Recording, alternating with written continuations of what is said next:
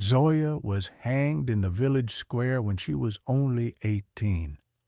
Before her death, she looked straight into the eyes of her executioners and spoke words meant to be heard by generations to come. She did not break under torture. She did not betray her comrades, and she left this life with faith in victory. Dear friends, before we continue this story, tell us if you have ever heard of the feat of Zoya Kosmodemyanskaya. Don't forget to support us with a like and enjoy listening. In history, there are names that cease to be just a collection of letters and turn into symbols. People may forget the dates of battles, the surnames of commanders, even the name of the village where fighting once raged. But the name lives on by itself. Like the breath of time, the name Zoya became one of these. It was spoken on the lips of front-line soldiers, whispered in dugouts, written on the walls of ruined houses. It became a song sung by teenagers when they took up arms, and it became a prayer for mothers who waited for their sons to return from the front. Why did this particular name prove so enduring, lasting through years and decades? Not because Zoya was the very first among heroes, and not because her life was especially unusual. The secret lay in how she met death, in the fact that her voice did not falter when surrounded by strangers, indifferent and cruel, while she stood alone, in the fact that her words broke through the solid wall of fear, and everyone who heard them felt that only someone who truly believed could speak like that.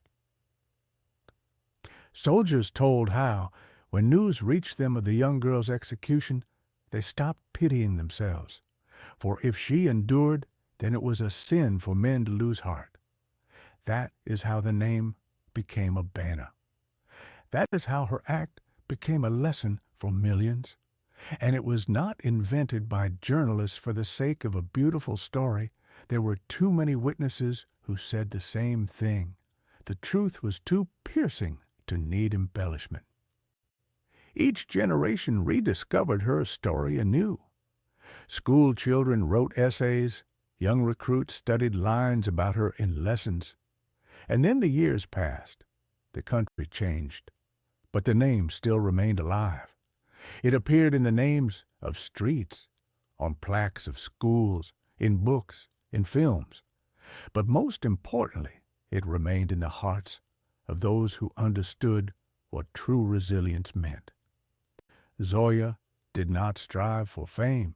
She did not know that her name would be spoken decades later. She simply did what she believed was right. Her feat was not only in the fact that she died, but in the fact that she preserved her dignity where most people would have broken. Her feat was in the fact that she remained loyal to her comrades and to her homeland. Even when enemies broke her body, they could not break her spirit. Picture a village where winter cuts to the bone, frost creaks under boots, the wind tugs at sleeves, and around is foreign rule. The Germans occupy huts, strip people of their last supplies, set up their command posts. And in the midst of this terror appears a girl with thin hands and a clear gaze who decides that her mission is to resist. She is not frightened by the uneven odds. She understands that if everyone waits for someone else to act, the enemy will feel secure. She goes where most are afraid to step. She carries fire and fear into places where the enemy believed itself safe. That was the beginning of her legend. Her actions were quickly noticed. Her name began to spread from mouth to mouth, at first in whispers, and then louder and louder, and even after her death, it did not disappear. In villages where German orders still hung on boards, someone wrote the name Zoya in pencil beside them. In partisan dugouts, next to maps and weapons, Her name was carved into the walls. It became a symbol of resistance, a symbol that even one person could challenge an entire army. But if everything had been limited to only daring raids, her name might not have endured for decades. The feat became a feat because Zoya betrayed no one, even when her enemies tore screams of pain from her, because her final words were not pleas for mercy, not curses, but defiance. She spoke of the motherland, of the future, of the certainty that the enemy would be defeated. She was dying, yet she gave life to others. Thus it happened that her name crossed the boundaries of time. For frontline soldiers, it was a reminder of what they were fighting for. For the post-war generations, it was a model of courage. For today, it is a story that shows that strength of spirit can be greater than any fear. The story of Zoya Kosmodemyanskaya cannot be understood without stepping back into the quiet rhythms of her childhood, into the modest world of a family that valued education, integrity, and the idea that a human being must live not only for themselves, but for something higher. She was born in a teacher's household, and that detail was not just a biographical note, but a foundation for everything that would later define her willpower. In the villages and small towns of Russia at that time, a teacher was more than a profession. It was a symbol of trust, of light against ignorance, of moral guidance. And so, from the very beginning, Zoya grew up in an atmosphere where every word mattered, where books were considered treasures, and where the measure of a person was not their wealth, but their truthfulness and readiness to help others. Her father was a man of strong principles, a teacher who demanded much of his pupils, and even more of himself. He did not preach about sacrifice in lofty speeches, but lived it in small details. Working long hours for little pay, repairing worn-out school books, walking through rain and snow to reach his students in distant settlements. From him, Zoya absorbed the idea that dedication is not measured by applause, but by constancy. Her mother was no less significant. Gentle yet firm, she managed the household and instilled in the children a sense of discipline. She was strict when needed, not because she enjoyed control, but because she believed strength of character was the only reliable shield against life's hardships. The children were expected to be honest, diligent, and respectful, not because someone was watching, but because that was the only way to remain whole. Zoya was not the only child in the family. Her younger brother, Alexander, shared the same upbringing, and the two formed a close bond that would carry into the darkest hours of their later lives. They played together, argued as siblings do, but above all, supported each other. In those early years, the seeds of loyalty and solidarity were planted. Loyalty to family, loyalty to ideals, loyalty to something greater than one's own comfort. The household was modest. There were no luxuries, no indulgences. The children learned early that money was scarce and that clothes were patched and repatched. Yet deprivation did not breed bitterness. On the contrary, it created resilience. They learned to find joy in small things, to endure without complaint, to measure happiness not by possessions, but by moments of connection. When other children might have sulked about the lack of new toys, Zoya found delight in books borrowed from neighbors, in stories told by her parents, in the vast world of imagination that opened whenever she read. The Russian countryside, with its harsh winters and fleeting summers, was another silent teacher. Snow that blinded the eyes, winds that cut the face, mud that swallowed boots in spring, all of it trained body and spirit. A child who walked long distances to school through cold and slush was already preparing, unknowingly, for the endurance required on battlefields and in prisons. Zoya absorbed this environment. She was not fragile, not spoiled, but weathered like a young tree growing against the wind. In school, she showed herself to be diligent, sometimes too serious for her age. Teachers noticed her determination, her unwillingness to give up when a problem was hard. While other children sometimes laughed at her intensity, she seemed unconcerned. She wanted not just to pass, but to understand, to penetrate to the essence of things.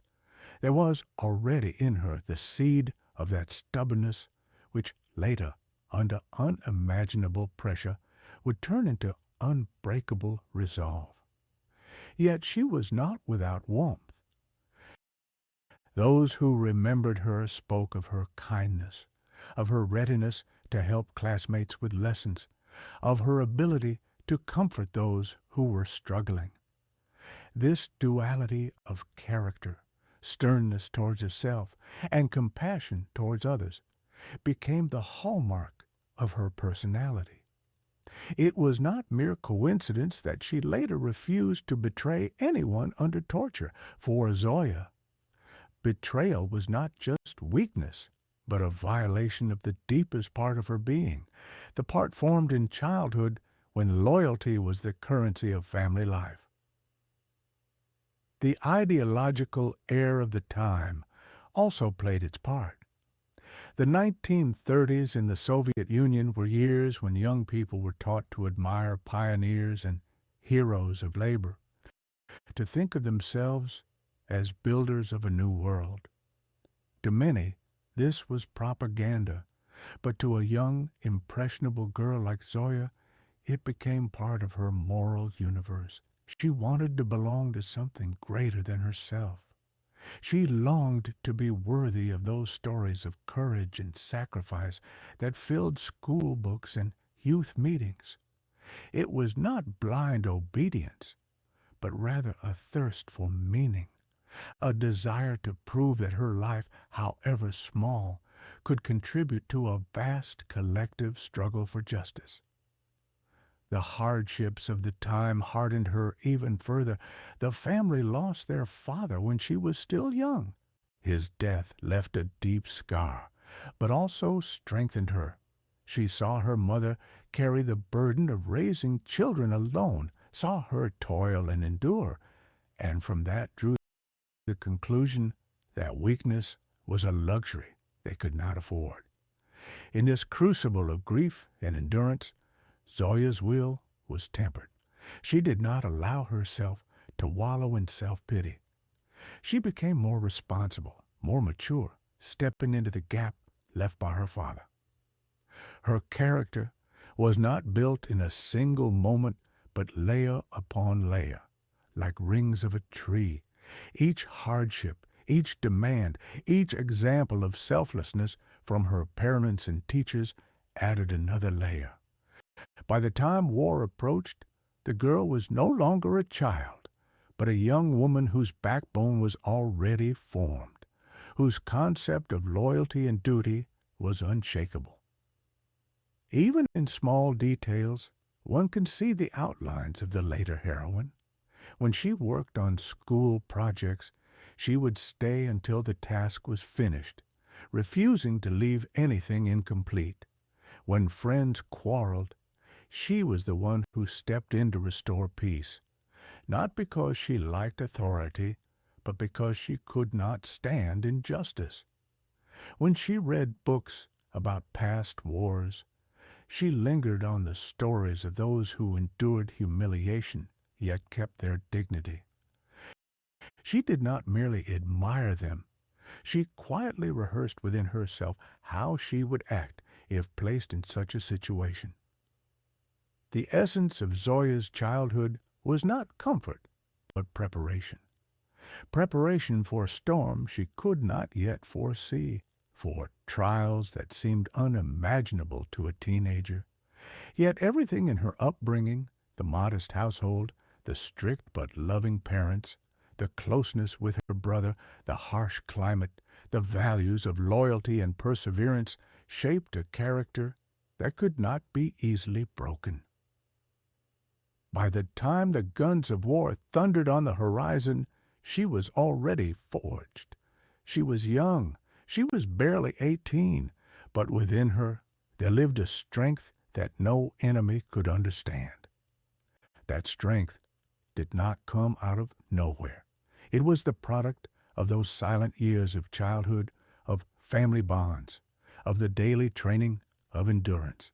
And so, when fate demanded the ultimate sacrifice, she was ready not by chance, but by the long preparation of a life lived with discipline, loyalty, and faith in something greater. Adolescence is the time when ideals begin to take shape, when the vague notions of childhood harden into convictions that guide the rest of a life. For Zoya Kosmodemyanskaya, her youth was not merely a passage of time, but a crucible in which her longing to live for something larger than herself took fire. She did not want to drift through existence like a leaf carried by the wind. She wanted meaning. She wanted purpose. She wanted to belong to a cause that would justify every hardship and every sacrifice. As a student, she entered those formative years with the seriousness that already marked her as different. Many of her peers were distracted by the small dramas of teenage life, gossip, new clothes, fleeting romances. Zoya was not untouched by such things, but they never consumed her. She had the capacity for laughter, for friendship, for moments of joy, yet always beneath that was the pulse of something stronger, the hunger for truth, for a path that would make her life count. Books played a crucial role in this period. She devoured literature not simply as entertainment, but as a mirror of possibilities. The Russian classics filled her with images of courage, selflessness, and moral struggle. She lingered over stories where ordinary men and women faced extraordinary challenges and chose honor over safety. When she read about the young revolutionaries of the past, their fiery speeches, their willingness to go to prison or even to death for the sake of their ideals, she felt not just admiration, but kinship.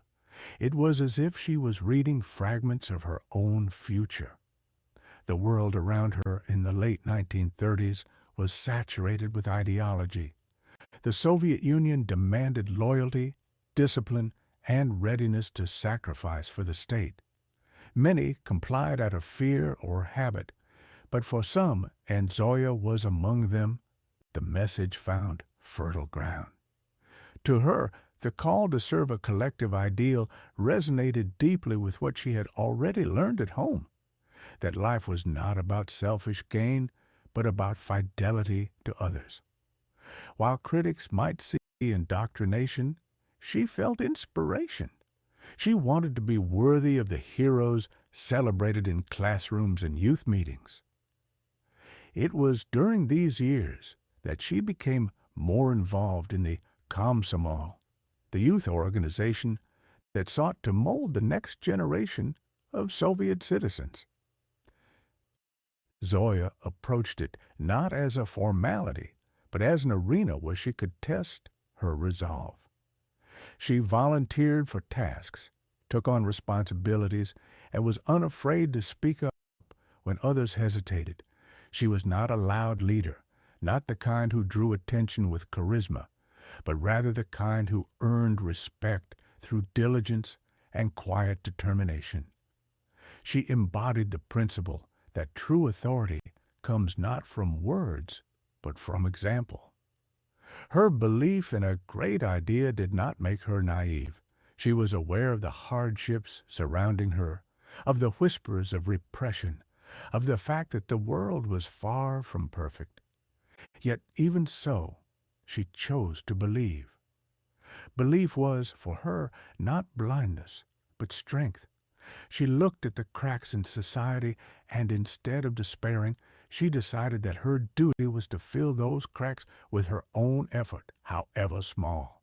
In this sense, she was already preparing herself for the future war, when cracks in the defense of her homeland would need to be filled by human bodies and human wills. Her youth was also marked by trials that tested her inwardly. The loss of her father had left a void that could not be filled, and the poverty of the household meant constant sacrifices. She went without luxuries, without comforts, often without basic necessities. But these absences only sharpened her sense of value. A piece of bread shared with her brother, a new book borrowed from the library, an evening spent discussing ideas with classmates, these became treasures. In treasuring the small, she learned to give herself to the great. In friendships, she revealed another side of her ideals. She was loyal to her companions, sometimes fiercely protective.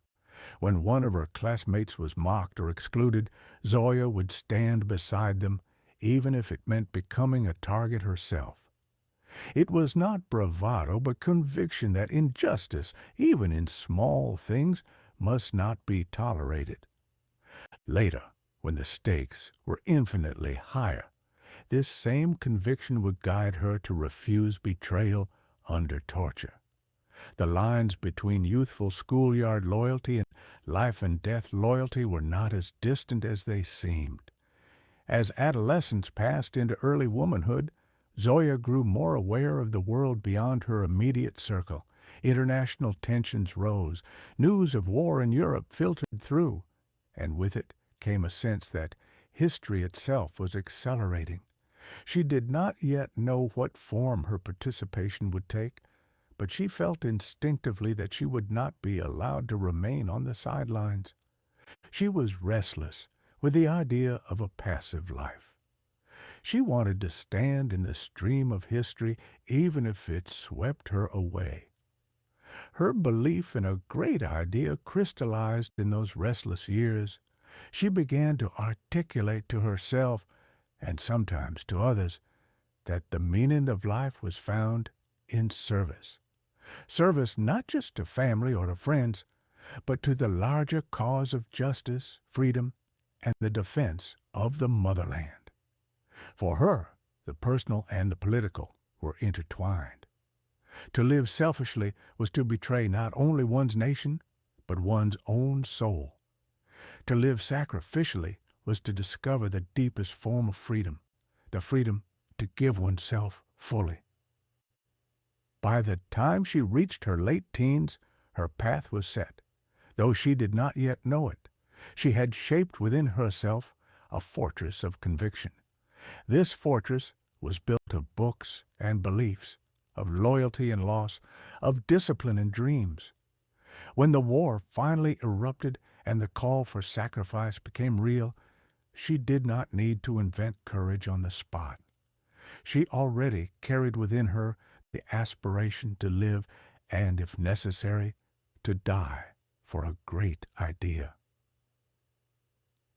And so her youth, which might have seemed uneventful to an outsider, was in truth the essential preparation for her destiny.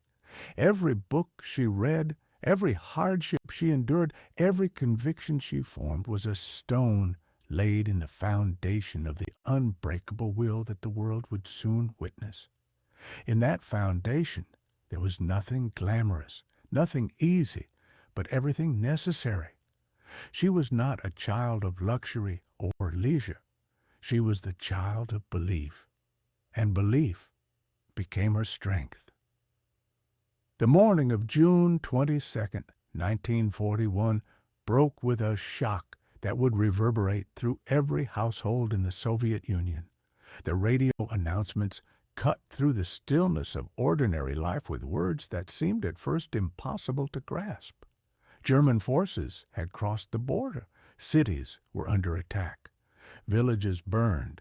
The war that had been looming like a shadow beyond the horizon had arrived with the force of a thunderclap.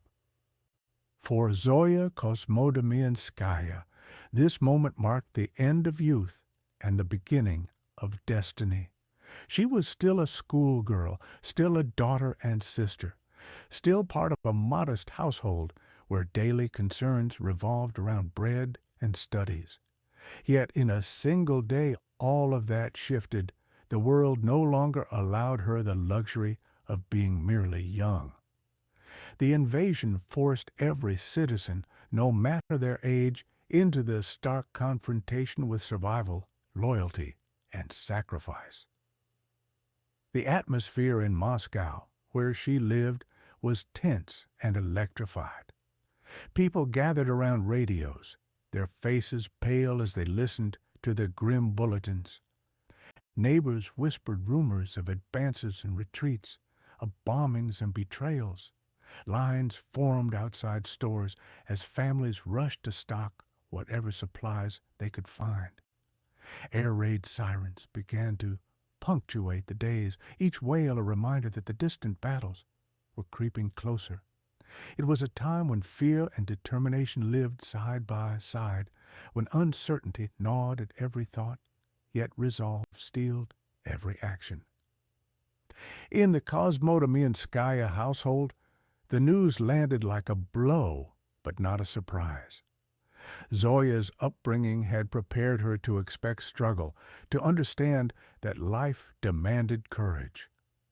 Now, courage was no longer an abstract virtue, but an immediate necessity. She felt the weight of history pressing on her shoulders. This was not a war she could watch from afar. She knew in her bones that she must become part of the response. The first days after the invasion were filled with a torrent of emotions: shock at the speed of the German advance, anger at the destruction of villages and the suffering of civilians, sorrow for friends and acquaintances who were already receiving news of relatives killed or missing. But above all, there was a fierce determination that she, too, must act. She was not content to remain a passive observer while others fought and died. The ideals that had been growing within her through adolescence now found their focus in the necessity of war. Schools changed overnight. Lessons were interrupted by civil defense training. Teachers instructed students how to respond to air raids, how to black out windows, how to help in hospitals. Youth organizations shifted their programs to wartime needs, organizing collections of warm clothing, drives for blood donation, and mobilization of volunteers. Zoya threw herself into this new reality with fervor. She joined patrols that watched for incendiary bombs on rooftops. She carried supplies to shelters. She listened intently as instructors explained how to act in emergencies. Every new skill, no matter how small, seemed like another weapon to place in her hands. Yet even these efforts did not satisfy her. She wanted to do more, to be closer to the front, to place herself where the struggle was fiercest. The thought of soldiers bleeding at the front while she remained behind gnawed at her conscience. At night, she lay awake, imagining the battlefields, the cries of the wounded, the fire and smoke, and she asked herself what right she had to safety while others endured such horror. It was not bravado, but a deep conviction that her life must be offered if it could help even a little. The German invasion did more than threaten the land. It threatened the very meaning of the ideals that had shaped her. Everything she believed in, loyalty, justice, sacrifice, was now under assault. To surrender or to remain idle would have meant betraying not only her country, but herself. The first blow of war struck her heart with clarity. The time for preparation was over. The time for action had come. She was not alone in this awakening. Across the Soviet Union, millions of young men and women felt the same urgency. Some lied about their age to enlist. Others joined partisan groups, building networks of resistance behind enemy lines. For Zoya, the call took the form of joining a special partisan detachment organized through the Komsomol. This was not a casual step. It meant entering a world of secrecy, danger, and almost certain death. But to her, it felt inevitable. The invasion had opened a path, and she could not imagine stepping aside. The city itself bore witness to this transformation. Moscow, usually bustling with markets and conversations, now echoed with the tramp of soldiers' boots and the rumble of military vehicles. Posters appeared on walls urging citizens to defend the motherland. Volunteers dug trenches on the outskirts of the city, their hands blistered, but their spirits fierce. Zoya walked among them, feeling the pulse of a nation bracing for survival. The sight of ordinary citizens, from students to grandmothers working side by side to fortify the capital, convinced her that this was no time for hesitation. She wrote in her personal notes during this time that one must live not for oneself, but for something greater, that the measure of a person is revealed in crisis. These were not empty words. They were the distillation of everything she had learned in childhood and youth, now sharpened by the reality of war. The German invasion was not just a military event for her. It was a personal summons, a direct challenge to her beliefs, a moment when the ideals she cherished demanded proof. Thus, the first blow of war, though devastating, also forged a path. Fear turned into resolve. Shock became determination. The ordinary girl of 18 became the future heroine whose name would outlive her years. The radio broadcast that morning did more than announce an invasion. It called forth the strength of a generation, and in Zoya's heart it awakened the unbreakable will that would soon make her story immortal. The weeks following the German invasion were filled with chaos, fear, and uncertainty. Yet for Zoya Kosmodemyanskaya, they were also a period of clarity. The shock of June 22nd had passed into grim determination. She no longer asked herself whether she would take part in the struggle. The question had shifted to how. Every day she saw soldiers marching to the front, saw families saying farewells at train stations, saw the lines of refugees arriving in Moscow from the west, with haunted eyes and stories of burning villages. All of it pressed into her soul the conviction that she must offer herself. At first, she participated in the common efforts expected of all youth. She joined fire-watching patrols during air raids, hauled buckets of water to rooftops, stood guard against incendiary bombs. She helped dig trenches on the outskirts of Moscow, her hands blistering from the shovel, her body exhausted, but her spirit burning with purpose. Yet even as she worked, a restlessness grew. These tasks were valuable, but they felt too distant from the heart of the struggle. She longed to be closer to the danger, closer to the place where the fate of the country was being decided. Conversations with fellow Komsomol members sharpened this longing. Many of them spoke of special detachments being formed, groups of volunteers who would be trained in sabotage and sent behind enemy lines. The word partisan carried a magnetic weight. It evoked images of men and women striking from the forests, disrupting enemy supply lines, spreading fear among the occupiers. To Zoya, this sounded not like adventure, but like calling. She understood the risks. Capture meant torture and almost certain death. Yet for her the calculation was simple. If others were already suffering and dying in the flames of occupied villages, what right did she have to safety? Her decision to volunteer was not impulsive, but deliberate. She discussed it with herself in long, silent hours, turning over every consequence.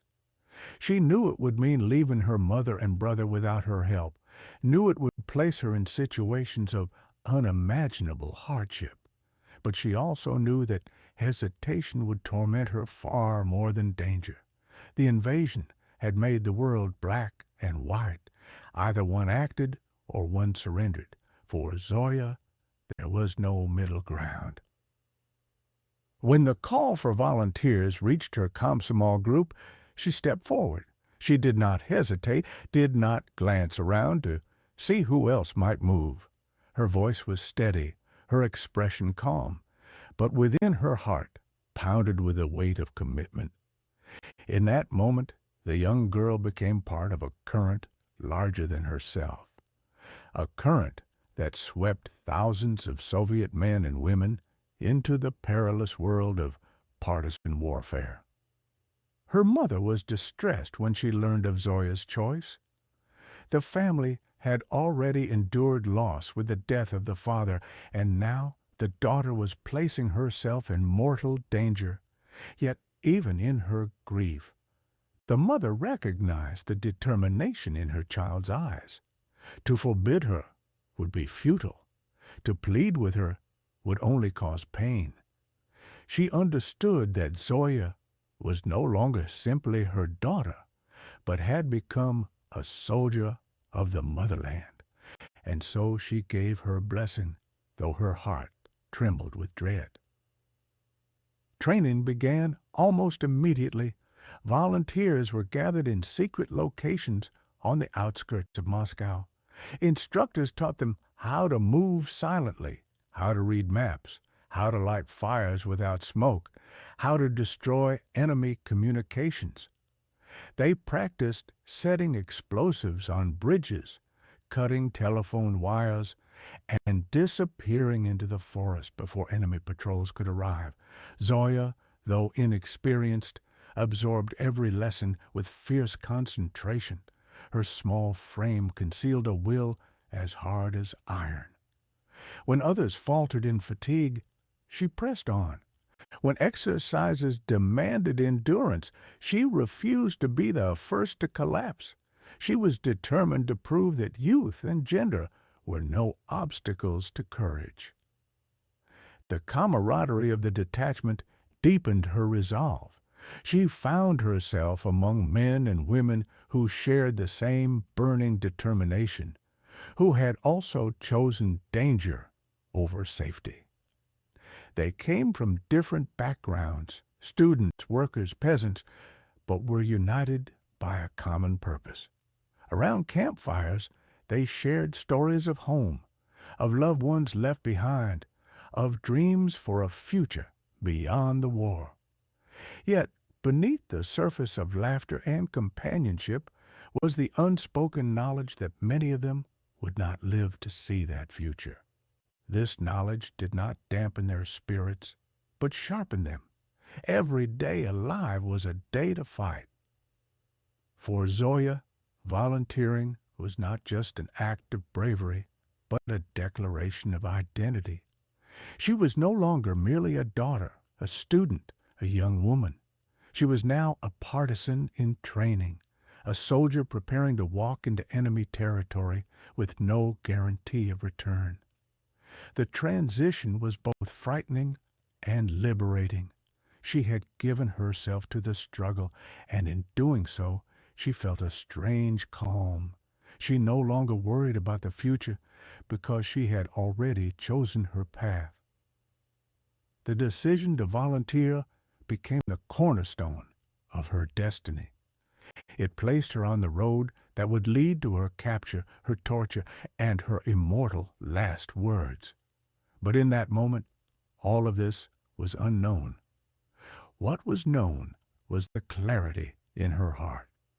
She had answered the summons of history with the only response she believed honorable.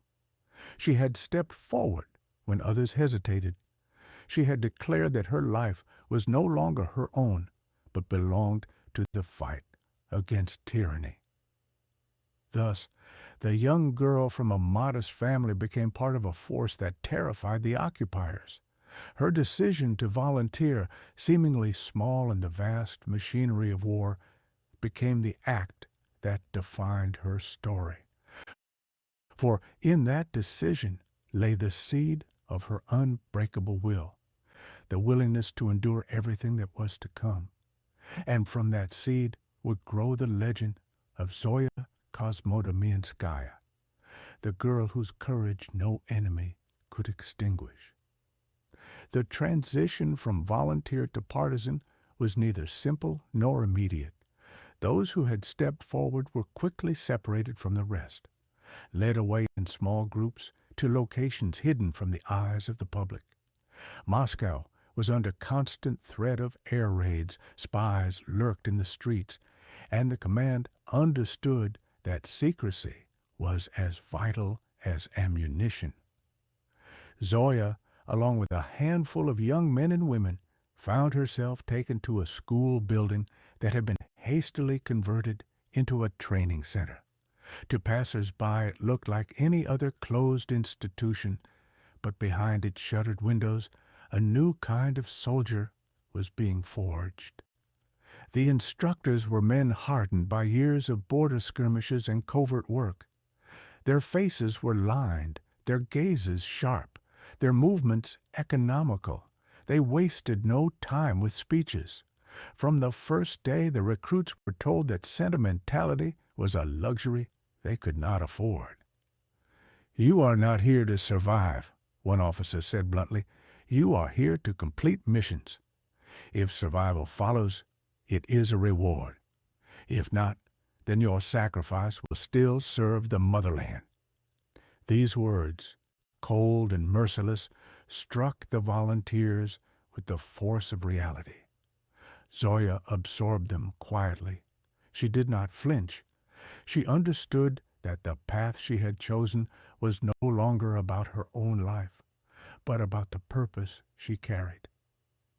Training unfolded in relentless rhythm. At dawn, they were sent on long marches with heavy packs, trudging through mud and rain, testing the strength of their bodies. Zoya's boots rubbed blisters into her feet.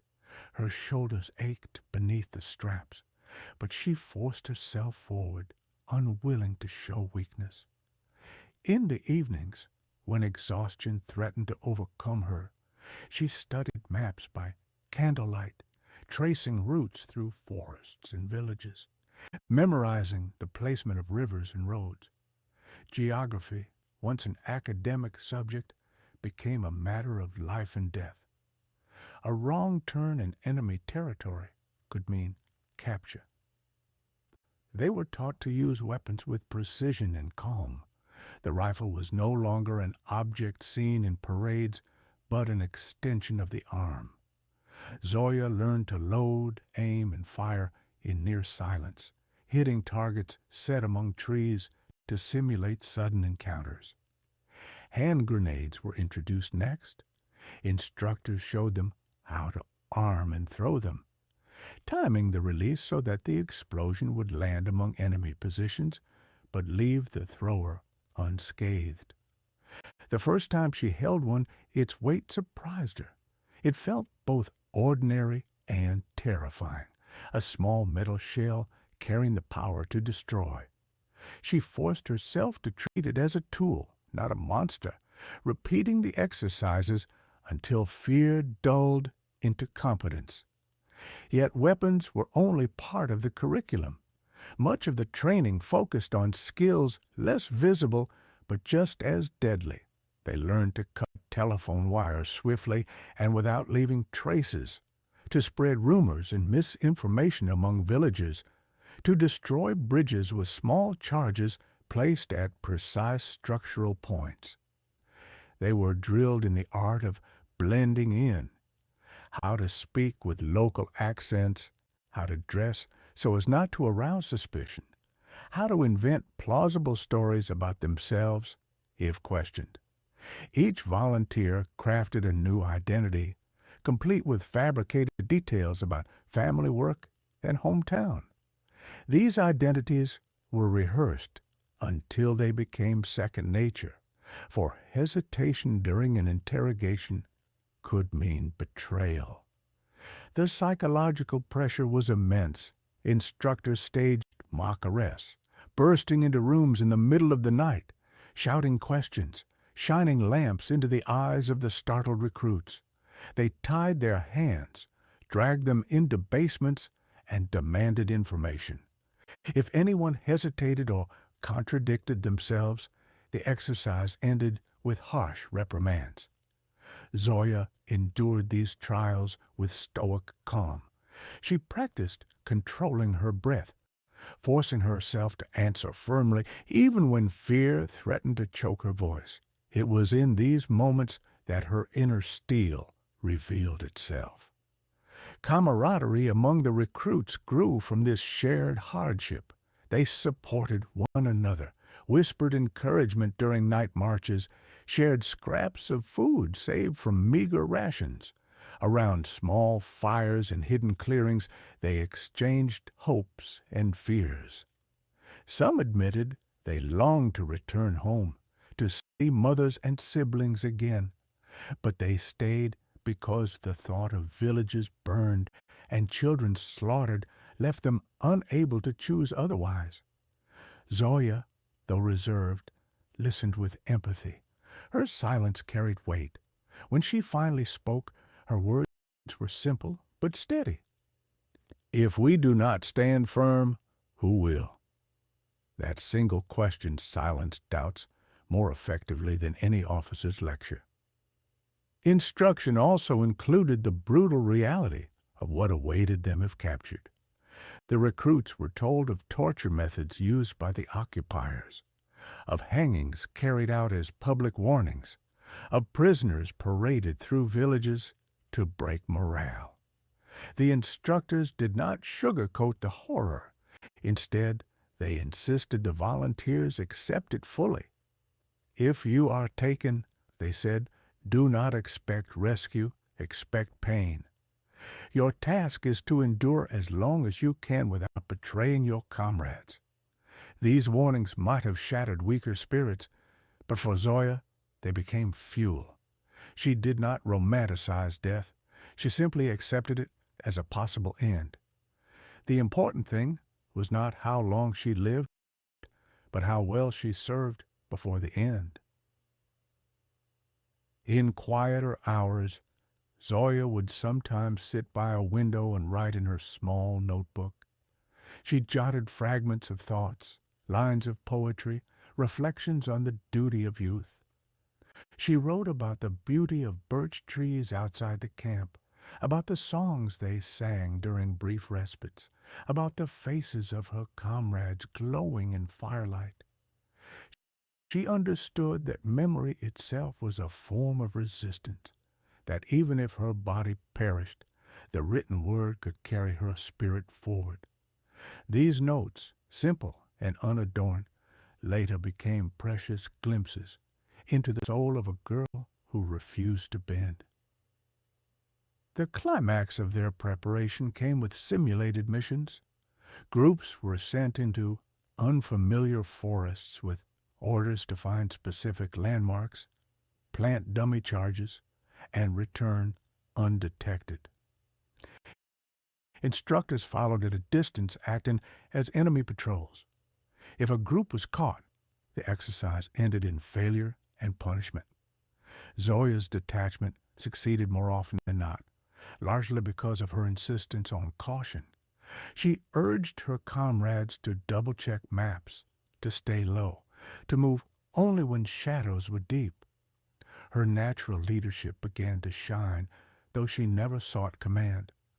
Authority clung to her, not because she demanded it, but because others trusted her resolve.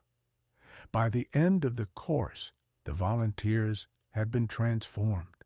They were leaner, harder, quieter, Their eyes carried the knowledge of death, yet also the fire of purpose. They had been stripped of illusions and clothed in discipline. For Zoya, the process was both exhausting and liberating. She had given herself fully to the path of the partisan. The girl who once read poetry in quiet corners was now a trained saboteur, prepared to vanish into forest and strike at the heart of the invader. Secret training was not glamorous. It was hunger, fatigue, bruises, and fear.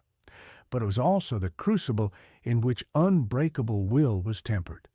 And it was in this crucible that Zoya Kosmodemyanskaya was forged into the figure history would remember, a young woman ready to walk into the abyss, carrying only her courage and the faith that her sacrifice would matter. The day came when training turned into action. For weeks, the recruits had marched, studied, and endured, but now the war demanded proof. Orders arrived in a sealed packet. The names of those chosen were read aloud in a low voice, the kind of voice that carried both weight and finality. Zoya's name was among them. She did not react outwardly, but her eyes grew brighter as though a hidden flame had been fanned. Their mission was clear in purpose, though steeped in danger. They were to move into enemy-occupied villages west of Moscow, sabotage infrastructure, and disrupt German communications. Every road the invader used to move supplies, every hut converted into headquarters, every line of telegraph buzzing with coded commands had become a target. To the command, the sabotage units were needles in the flesh of the enemy, small yet able to cause infection and pain. To the volunteers, these missions were baptism by fire. The night before departure, Zoya sat quietly in the barracks. The room was dim, the air filled with the smell of wax and damp wool. Around her, comrades murmured in hushed tones, some praying, others sharpening knives or checking maps one last time. She wrote in her notebook again, a few lines about duty, about the silence before action. She did not write about fear. It was present, undeniable, but she treated it like a shadow that followed her rather than a master that ruled her. At dawn they moved out. Trucks carried them only part of the way. Soon the engines fell silent, and the group stepped onto forest paths, their breath clouding in the cold air. Snow lay thinly over the ground, crunching underfoot. Zoya pulled her coat tighter, feeling the chill seep into her bones. But she welcomed it. Cold meant quiet villages, shuttered windows, easier cover of darkness. The forest stretched around them like a cathedral, tall pines whispering in the wind. Each step deeper into the woods was a step farther from safety. Their commander, a seasoned officer named Krenov, signaled for silence. They moved in single file, weaving between trunks, skirting frozen streams. Hours blurred together in steady rhythm, the hiss of breath, the crunch of boots, the occasional call of a crow. The stillness of the land concealed the violence it had seen. Burned huts appeared on the edges of clearings, roofs collapsed into ash, orchards blackened the fire. Zoya stared at these ruins with quiet fury. These had been homes, filled with children's laughter, bread baking, songs sung at dusk. Now they were reminders of why she walked this path. By evening, they reached their staging area, an abandoned barn on the edge of a village under German control. The barn smelled of hay long since rotted, but its walls offered cover. They ate a meager meal of black bread and dried fish, speaking only in whispers. Outside, the sound of boots and guttural commands drifted from the village square where soldiers patrolled. Zoya listened carefully, absorbing the cadence of their voices, the number of footsteps, the pauses between patrols. Every detail mattered. Their first task was to cut a line of communication running through the outskirts. Under cover of night, Zoya volunteered to accompany two comrades. The moon was half hidden by clouds, offering just enough light to see, but not enough to betray movement. They crawled through ditches, bodies pressed into the frozen earth. Each meter forward felt like an eternity. The line stretched overhead, a simple strand of wire, but one that carried the enemy's lifeblood of information. Zoya climbed a wooden pole with practiced care, her fingers stiff with cold.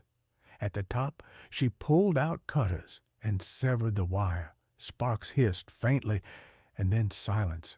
The lifeline was gone. She slid down quickly, her boots crunching softly as she landed. The group withdrew, hearts pounding, but no alarm was raised. The next night brought a task more perilous: the destruction of a supply shed where fuel barrels were stored. The shed was guarded, though lightly, with 2 sentries pacing its perimeter. Timing was everything. Zoya studied their rhythm, the way one paused to light a cigarette, the other yawned as he turned. When the moment came, she and her comrades crept forward. Charges had been fashioned from their meager stock of explosives, each wrapped carefully to ensure maximum effect. Zoya placed her charge against the wall of the shed, pressing it into the wooden planks. Her hands did not tremble. She lit the fuse and retreated into the darkness. Moments later, a muffled blast shattered the night. Flames erupted, licking the sky, devouring the barrels. German voices shouted, boots thundered, but the saboteurs were already gone, vanishing into the forest. Each step into the enemy's rear taught them more about courage and fragility. Hunger gnawed at their stomachs, frost-bitten winds clawed their faces, but the purpose kept them upright. Zoya especially seemed to draw strength, not from food or warmth, but from an inner reservoir of conviction. When spirits flagged, she spoke softly yet firmly, reminding her comrades why they were there. For every burned home we passed, she would say, for every child forced to hide, that is why we cannot stop. But the mission was not without cost. One comrade twisted his ankle in the dark, slowing the group dangerously. Another fell ill from exposure. They had to make brutal decisions, continue with fewer hands, or risk all for one. Zoya argued for helping the wounded, even if it meant greater peril. "We are not machines," she said quietly. "If we abandon each other, we are no better than those we fight." Her insistence carried weight. They slowed their pace, adjusted their plans, and somehow managed to carry on. By the end of that mission, German lines were buzzing with confusion. Telegraph messages ceased. Fuel supplies burned, roads sabotaged with fallen trees. Small acts, perhaps, but to the occupier they were thorns that stung and distracted. To Zoya and her group, they were proof that resistance was possible.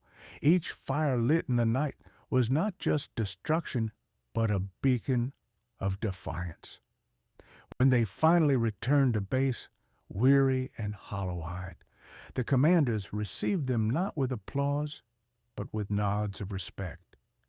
There were no parades for such missions, no songs or banners, only the knowledge that they had struck and survived. Zoya felt no need for recognition. In her heart, she already carried the certainty that this was only the beginning. The first mission had baptized her in danger and sealed her path. From now on, retreat was unthinkable. She was in the fight until the end, whatever that end might be. The war was not only fought on open fields with tanks and artillery, it also crept into villages, into wooden houses that had stood for generations, into barns and sheds that once sheltered livestock and grain. When the invaders came, they claimed these dwellings for themselves, turning homes into barracks, schools into command posts, and barns into storage depots. What had once been the center of village life became the machinery of occupation. It was here, among the humble huts of peasants, that the partisans found one of their most effective weapons: fire. For Zoya and her comrades, fire was not mere destruction. It was strategy, a way to strip the enemy of comfort and shelter, to remind them that no village, no house, no bed was safe. The Germans had built an illusion of control by planting their flags on roofs and establishing quarters in the homes of Russian families. To burn these structures was to shatter that illusion, to force them back into the cold and uncertainty.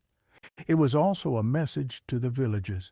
The land itself resisted, and collaboration carried danger. The order to burn occupied houses came after reconnaissance confirmed that German units had settled into a cluster of homes near a village crossroads. These houses once belonged to farmers, their walls decorated with icons and embroidered towels, their floors worn smooth by generations of feet. Now they echoed with foreign voices, with boots stomping across boards that had never heard such weight. Zoya listened as the commander explained the task. They would enter the village at night, douse the wooden walls with kerosene, and ignite them swiftly before slipping away. The flames would drive the enemy into the open, disrupt their rest, and sow fear. On the evening of the mission, the group gathered in the forest. Snowflakes drifted lazily through the branches, settling on their hats and shoulders. The silence was broken only by the creak of leather straps and the faint clink of canisters filled with fuel. Zoya carried one herself, the liquid sloshing inside as she walked. She felt the weight not only in her arms but in her conscience. She knew these houses had once been homes, that villagers would weep at their loss. Yet she also understood that war demanded sacrifice, that these same houses, if left standing, would continue to shelter the enemy. They approached the village cautiously, crouching in the shadows of fences and haystacks. The smell of smoke already hung in the air from nearby chimneys, masking their own presence. German soldiers lounged inside the huts, their voices drifting through cracked shutters, laughter mingled with the clink of bottles. Zoya paused, listening to the sound of an accordion playing. For a fleeting moment she thought of evenings in her own village, of neighbors gathering to sing. The thought burned her chest with a mix of sorrow and rage. These men had stolen not just land, but joy itself. At the signal, the partisans swiftly. Zoya crept along the side of one hut, unscrewing the cap of her canister. The sharp smell of kerosene filled her nostrils as she poured it across the wooden planks. She worked quickly, spreading the liquid in wide arcs, soaking the wood until it glistened in the moonlight. Her comrades did the same at neighboring houses, moving like shadows across the silent street. When the work was done, they pulled back, crouching in the dark, with matches ready. Zoya struck the first flame. The match flared briefly, a fragile point of light in the night. She held it steady, then touched it to the kerosene-soaked wall. Fire licked upward instantly, climbing like a living thing, consuming the dry boards with hungry crackles. Within seconds, The hut was ablaze, its roof glowing orange against the sky. Across the street, other fires blossomed, turning the village into a furnace. The reaction was immediate. German soldiers stumbled out, shouting orders, their faces twisted with shock. Some tried to salvage belongings. Others scrambled for weapons, but the fire was faster than their panic. Flames leapt from roof to roof, sparks scattering on the snow like stars. Villagers hidden in cellars and barns watched silently, their eyes wide with mingled fear and hope. They knew their homes might vanish, but they also saw that the occupiers were not invincible. The partisans did not linger. Their task was not to fight a pitched battle, but to strike and vanish. As the Germans ran in confusion, Zoya and her group slipped back into the forest, guided by the red glow rising behind them. The heat of the flames warmed their backs, even as the cold night swallowed them once more. Later, as they rested in a thicket, some comrades questioned the act. One young fighter whispered, "Those were people's homes. What will they return to when the war is over?" His voice trembled with guilt. Zoya answered quietly but firmly, "If we let the enemy sleep in those homes, there will be no future for the villagers at all. Better to lose walls of wood than lives of children." Her words silenced the doubts, though the sadness remained. News of the fires spread quickly. In the days that followed, whispers traveled from village to village. The Germans could not sleep safely, even behind wooden walls. Some peasants felt anger, others pride, but all understood that resistance lived nearby. For the occupiers, the message was clear. They were not welcome, and the land itself rose against them. Every creak in the night, every flicker of a distant flame now carried the threat of partisans. For Zoya, the mission left an indelible mark. She had crossed a line not only physically into the enemy's stronghold, but morally into the realm of harsh decisions. She had chosen to destroy in order to preserve, to bring fire so that others might one day rebuild in freedom. It was a burden, but also a calling. She carried it with the same steadiness with which she had carried the kerosene canister, step by deliberate step, into the heart of danger. The fire of resistance was not just in the flames that consumed wood and straw. It was in the eyes of a young woman who understood that war meant transforming grief into strength, turning the ordinary act of striking a match into an extraordinary declaration of defiance. And as the glow of that burning village lit the winter sky, the name of Zoya Kosmodemyanskaya began to echo more loudly, carried by smoke and wind into the annals of history. The night sky above the forest of Moscow region glowed faintly with smoke from burned villages, a silent testimony to the partisans' work. For weeks, Zoya Kosmodemyanskaya had moved like a shadow across fields and frozen roads, torch in hand, carrying out orders that left German troops unsettled and enraged. Each mission added to her reputation among comrades. She was steady, fearless, uncomplaining. Yet each step into the occupied zone also left traces. The enemy, humiliated by sabotage and fire, began to tighten its grip. Patrols doubled, informants were recruited, and the invisible net around the partisans grew ever tighter. The order that sealed Zoya's fate seemed no different from previous ones. Another village, another cluster of huts converted into German quarters, another night chosen for fire.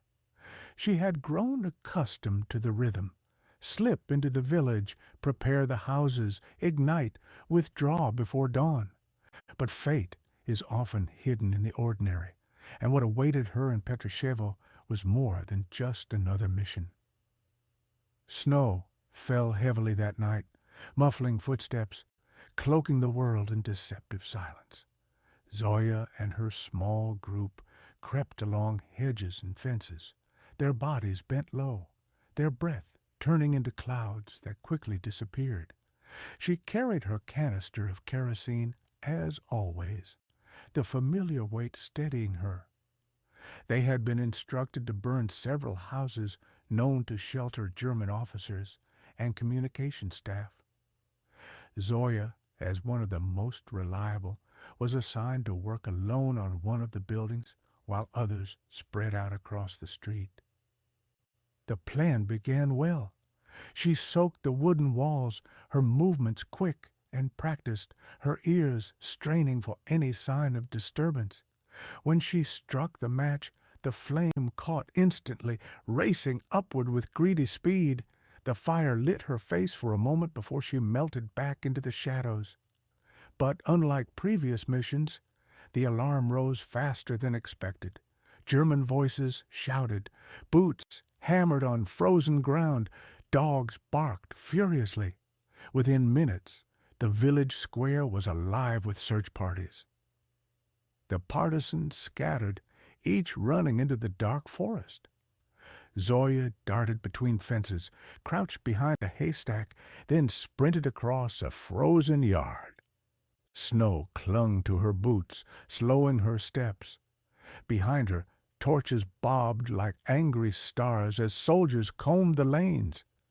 Twice she evaded capture by seconds, pressing herself flat against a barn as soldiers passed, their breath steaming in the cold. Yet fate tightened its grip. A villager, perhaps frightened, perhaps hoping for favor with the occupiers, had seen her. The whisper of betrayal slipped into German ears. A girl with dark braids, young, moving alone with a canister. The net drew closer. By morning, she was still free, hiding at the edge of the woods, exhausted but unwilling to give in. She could have tried to retreat, to melt back into the safety of partisan camps, yet she knew her mission had not been completed fully. Some houses still stood, and the order had been clear. Duty bound her to return. Against the advice of survival, she moved back toward the village. That decision, born of loyalty, placed her once more within the tightening circle. The following night, she tried again. The snow had stopped. The moon was sharp and cruel above. She crept into Petrishchevo, kerosene heavy in her arms. She poured it swiftly, struck another match, watched the fire climb, but this time the enemy was waiting. The betrayal had set a trap. A shout split the air. Lights flashed. Dogs lunged. Zoya ran, heart pounding. But the snow betrayed her, holding her boots like chains. She fell once, scrambled up, fell again. Rough hands seized her arms, dragging her down into the frost. They searched her, found the matches, the notebook with fragments of writing. The evidence was damning. Soldiers jeered, shouting that they had caught the witch who set villages aflame. She stood straight, even in their grip, refusing to cry out. Her silence enraged them more than curses would have.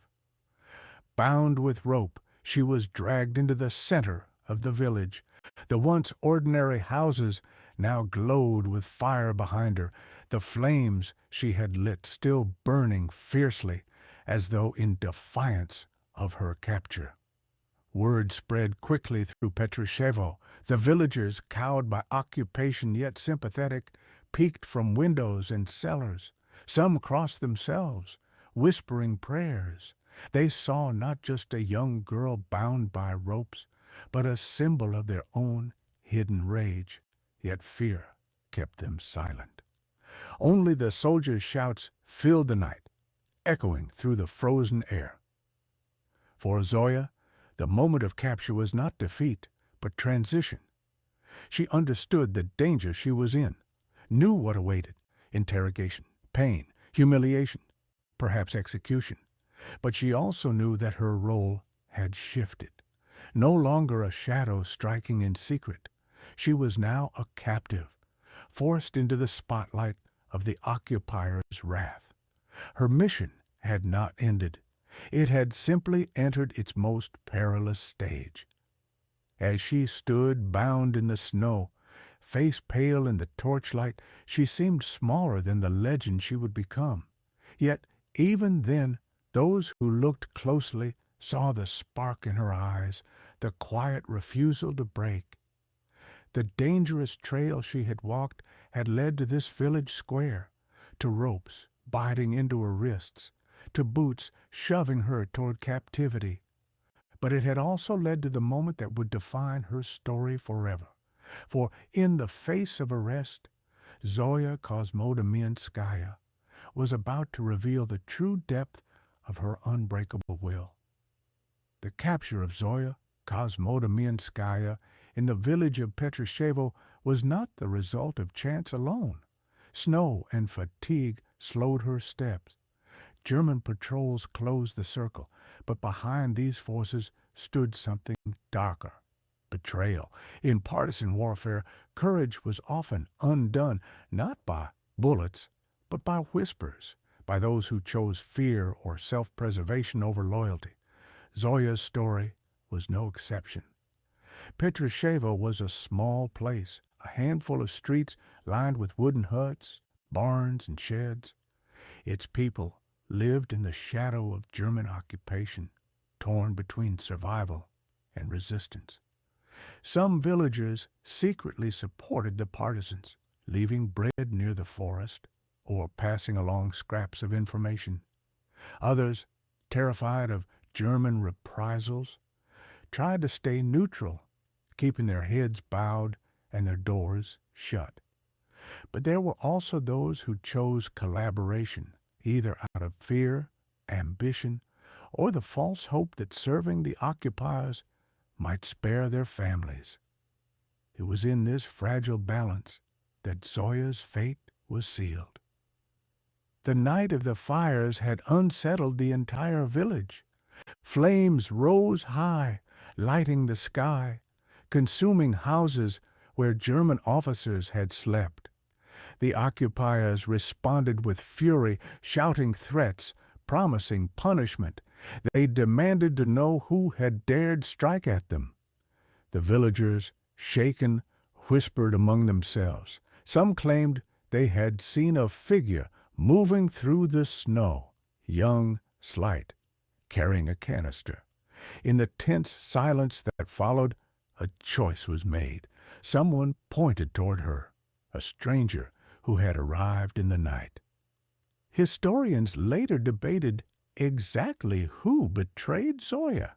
Some accounts spoke of a local woman, frightened of German vengeance, who revealed the sight of a girl carrying kerosene. Others named a villager who sought to curry favor with the occupiers, hoping for leniency or rewards. The details blurred with time, but the essence remained: a word spoken, a gesture made, and the Germans knew whom to hunt. Zoya herself understood almost immediately. When rough hands seized her in the snow and German voices shouted her description, she realized that someone in the village had pointed her out. Yet she did not curse them, did not spit or cry. She had known from the beginning that betrayal was always possible. Partisan training had drilled it into her. Beware of informants, beware of desperation. Still, the knowledge cut deep. To be given over not by soldiers on the battlefield, but by one's own people, that was the cruelest wound.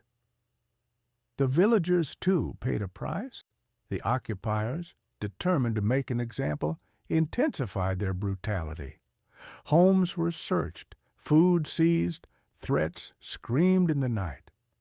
Those who had stayed silent watched with guilt as the girl was dragged away. Some wept quietly, realizing too late that the one they had allowed to be betrayed was a symbol of their own resistance. In her bound figure, they saw not just a partisan, but the courage they had lost. For the Germans, betrayal was a tool. It fractured trust, sowed suspicion, made villagers doubt one another. By exploiting fear, they hoped to weaken the bonds that kept the partisan movement alive. But in Zoya's case, the effect was the opposite. Her capture through betrayal only deepened the hatred of the occupiers and inspired others to take her place. When news of her death later spread, it was remembered not as a victory for the enemy, but as proof of their cruelty and of the danger of silence. Betrayal shaped the path of many resistance fighters. It was the shadow that followed every mission, the risk that lay in every barn and cottage. For Zoya, it was the hand that pushed her from the anonymity of a saboteur into the tragic spotlight of martyrdom. She walked into Petrishchevo with fire in her hands, but she was delivered to her captors, not by flames or footprints alone, but by a voice, trembling, fearful, or calculating, that pointed her out. Even in later years, when the story of her sacrifice was retold, the betrayal remained a wound. Villagers argued over who had spoken, who had failed to stay silent. Some tried to erase the shame. Others admitted the weakness. But the memory lingered. In the cold winter of 1941, one girl's courage was met by another's fear, and history was written in that contrast. For Zoya, however, the betrayal was not the end. Bound and surrounded by enemies, she did not allow bitterness to consume her. She accepted that her path now led through captivity, pain, and death. What mattered was not who had betrayed her, but how she herself would stand in the face of betrayal. And it was in that stance, upright, unbroken, defiant, pain, and death. What mattered was not who had betrayed her, but how she herself would stand in the face of betrayal. And it was in that stance, upright, unbroken, defiant, that her true legacy was born. The barn that served as her first prison in Petrishchevo was cold and damp, its walls lined with straw, blackened from years of use. The Germans dragged Zoya inside, bound and bruised from her capture. A single lantern flickered overhead, casting long shadows across the rough planks. Outside, snow fell silently, muffling the world, but inside the air was filled with shouting, boots stomping, and the sharp smell of kerosene still clinging to her clothes. She had been taken with the evidence of her mission, matches, notebook, the lingering scent of fire on her hands. The occupiers knew who she was, or at least what she had done. Now they wanted more. The interrogation began crudely, without pretense. An officer, his voice harsh with rage, demanded names. Who had sent her? Where were the other saboteurs? How many partisans operated in the forests? Zoya stood silent. Her breath came quickly, her body trembling not from fear, but from the chill of the barn and the roughness of her capture. When she refused to answer, the first blow came. A soldier struck her across the face, the sound echoing like a whip crack in the hollow space. Her head snapped to the side, but she did not cry out. She steadied herself, lifted her chin, and stared straight ahead. The questions came in waves, broken by fists and kicks. The officers shouted in broken Russian, repeating the same demands, names, numbers, locations. Zoya gave none. She knew the rules drilled into every partisan: never reveal comrades, never betray the movement. Better to endure pain than to doom others. Each time she stayed silent, another blow followed. Blood filled her mouth, trickled from her nose, stained the straw at her feet. Yet silence was her shield. When words failed, the Germans tried fear.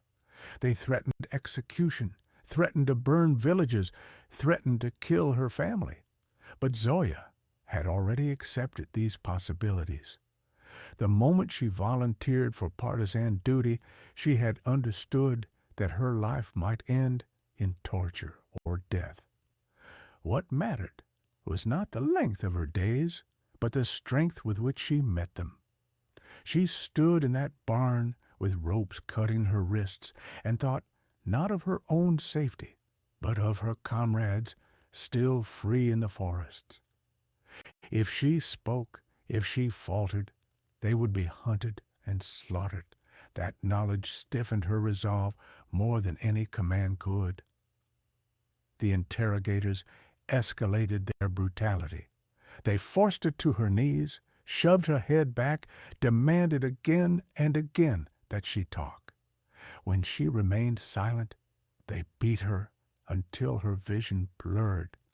Yet even through the haze of pain, she remembered the faces of her fellow fighters, the young men and women who had laughed around campfires, who had shared bread and whispered songs of home. She could not betray them. Every silence, every refusal was an act of protection, a shield built from her willpower. The first night was the longest. Hours blurred together in a rhythm of questions and blows. At times they left her slumped against the wall, gasping for air, only to return minutes later with renewed rage. They seemed offended not just by her silence, but by her defiance, by the fact that a girl, young and slender, could resist them so completely. Their authority, their weapons, their threats, all seemed powerless before her refusal. That powerlessness infuriated them, driving them to greater cruelty. When dawn came, gray and pale through cracks in the barn, Zoya remained alive, but battered. Her face was swollen, her clothes torn, her body aching from countless strikes. Yet her spirit had not yielded. She had given them nothing. The Germans, exhausted and unsatisfied, dragged her to another cell, muttering curses. They believed pain could break anyone, but they had not yet grasped the depth of her will. The villagers who saw her later whispered of her condition, bloodied, bruised, but walking upright, refusing to collapse. They marveled that she did not cry, that she did not beg. Some felt shame, knowing she had been betrayed by their silence. Others felt awe, sensing that this young girl carried something greater than herself. In her endurance they saw a reflection of their own buried hopes, the courage they wished they possessed. For Zoya, the interrogations were only beginning. She knew worse awaited, harsher tortures, colder nights, endless questions. But the first trial had been passed. She had tested her own strength, discovered that even under fists and threats, she could hold fast. She understood now that her body might break, but her silence could endure. And in that silence lived the safety of her comrades and the dignity of her cause. The first blows and questions had not broken her. Instead, they had revealed her unbreakable core. In that cold barn, under the hands of her enemies, Zoya Kosmodemyanskaya became more than a partisan. She became the embodiment of defiance, a girl whose silence spoke louder than any words, whose refusal to betray others became her greatest weapon. By the second day of captivity, the Germans had exhausted their patience. The first interrogations had brought them nothing but silence. They had beaten her, threatened her, promised her safety in exchange for names. But Zoya Kosmodemyanskaya gave them nothing. She endured the blows with clenched teeth, the threats with steady eyes. Now they resolved to break her more systematically, to crush her spirit until she yielded. She was dragged into a larger room that served as a command post. The floor was covered with straw, darkened by mud and blood from earlier prisoners.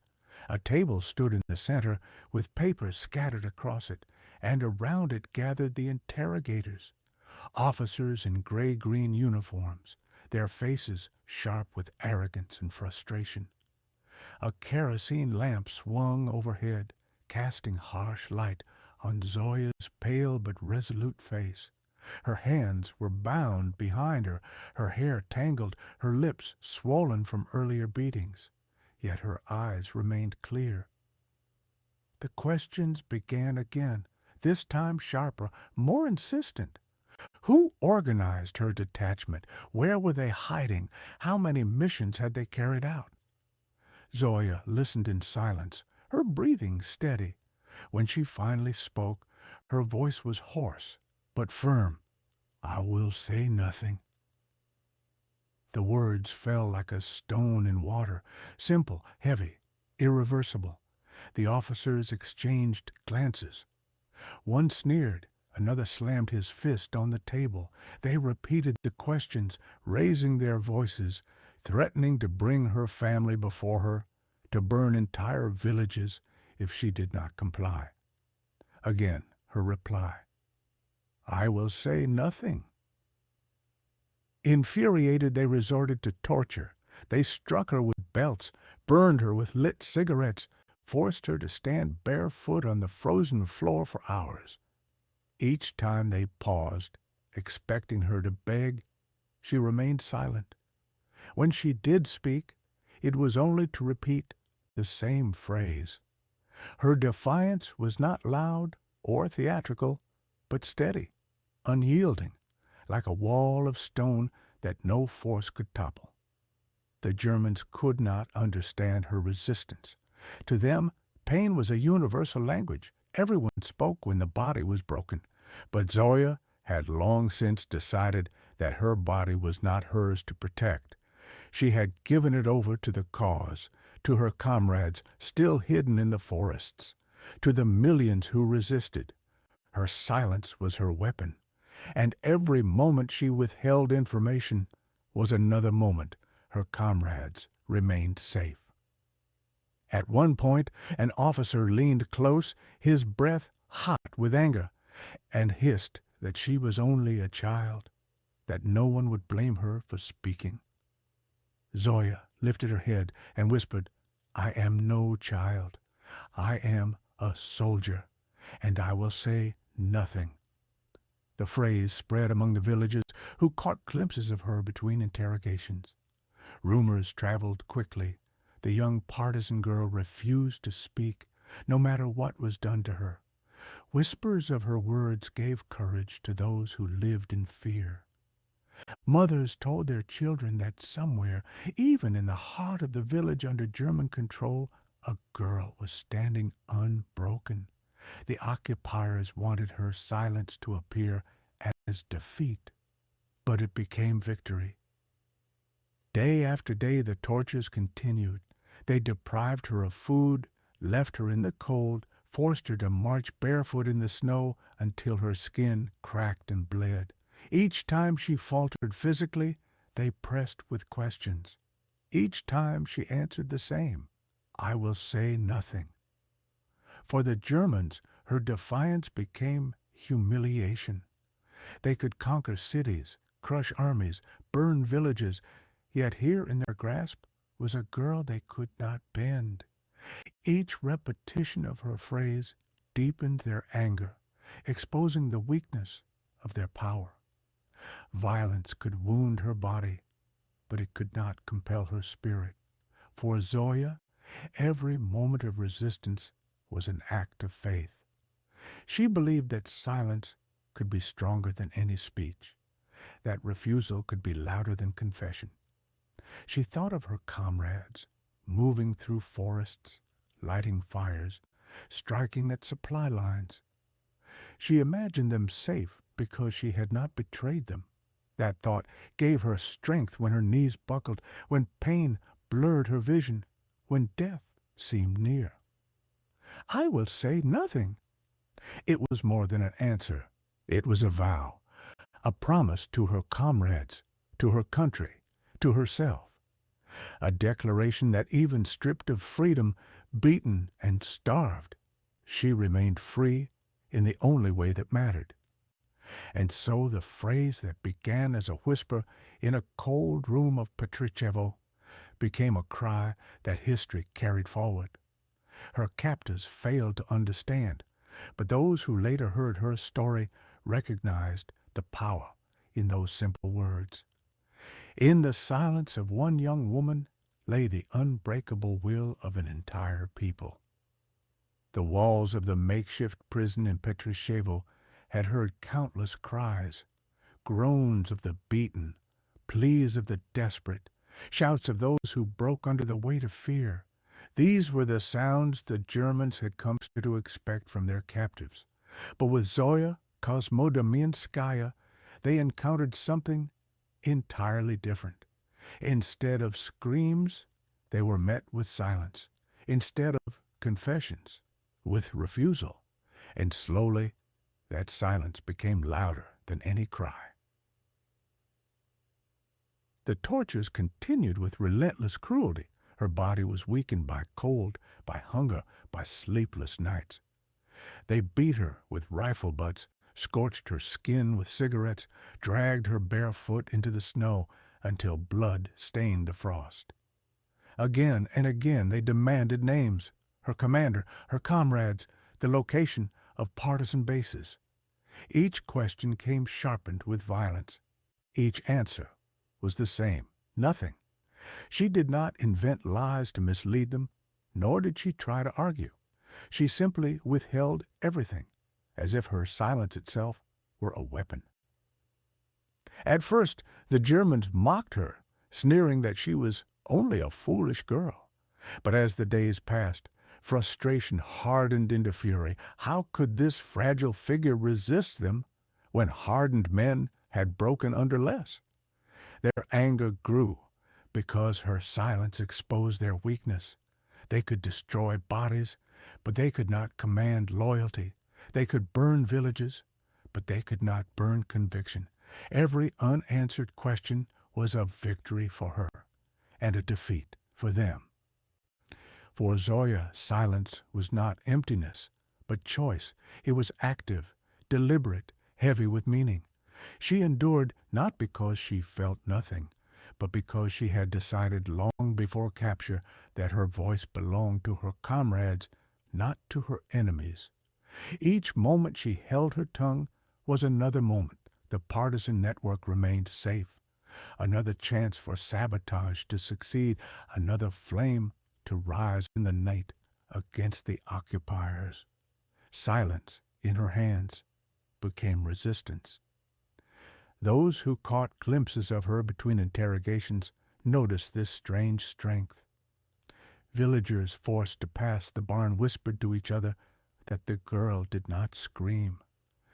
Even when dragged through the snow, even when bruises darkened her face, she walked upright. Her silence gave them courage. If she, so young and vulnerable, could endure without speaking, then perhaps they too could survive without yielding to despair. At night, when she was left alone in her cell, Zoya rested her head against the wall and let her thoughts wander. She thought of her brother, of her mother, of the life she had left behind in Moscow. She thought of the fire she had set in the village huts, flames that still seemed to burn in her memory. She did not know whether she would live to see another dawn, but she knew her silence already mattered. The Germans might kill her, but they would kill her ignorant. They would never know her comrades' names, never find the bases hidden deep in the woods. That, she told herself, was victory enough. In those nights of frozen darkness, she discovered that silence could be stronger than speech, that refusal could be an act of creation.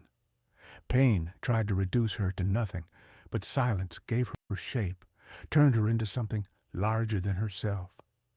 Her tormentors saw only a girl who would not talk, but history would later see a soldier who turned suffering into testimony, a martyr who proved that the human will can remain unbroken even when the body is destroyed. For the Germans, her silence was unbearable. It mocked their authority.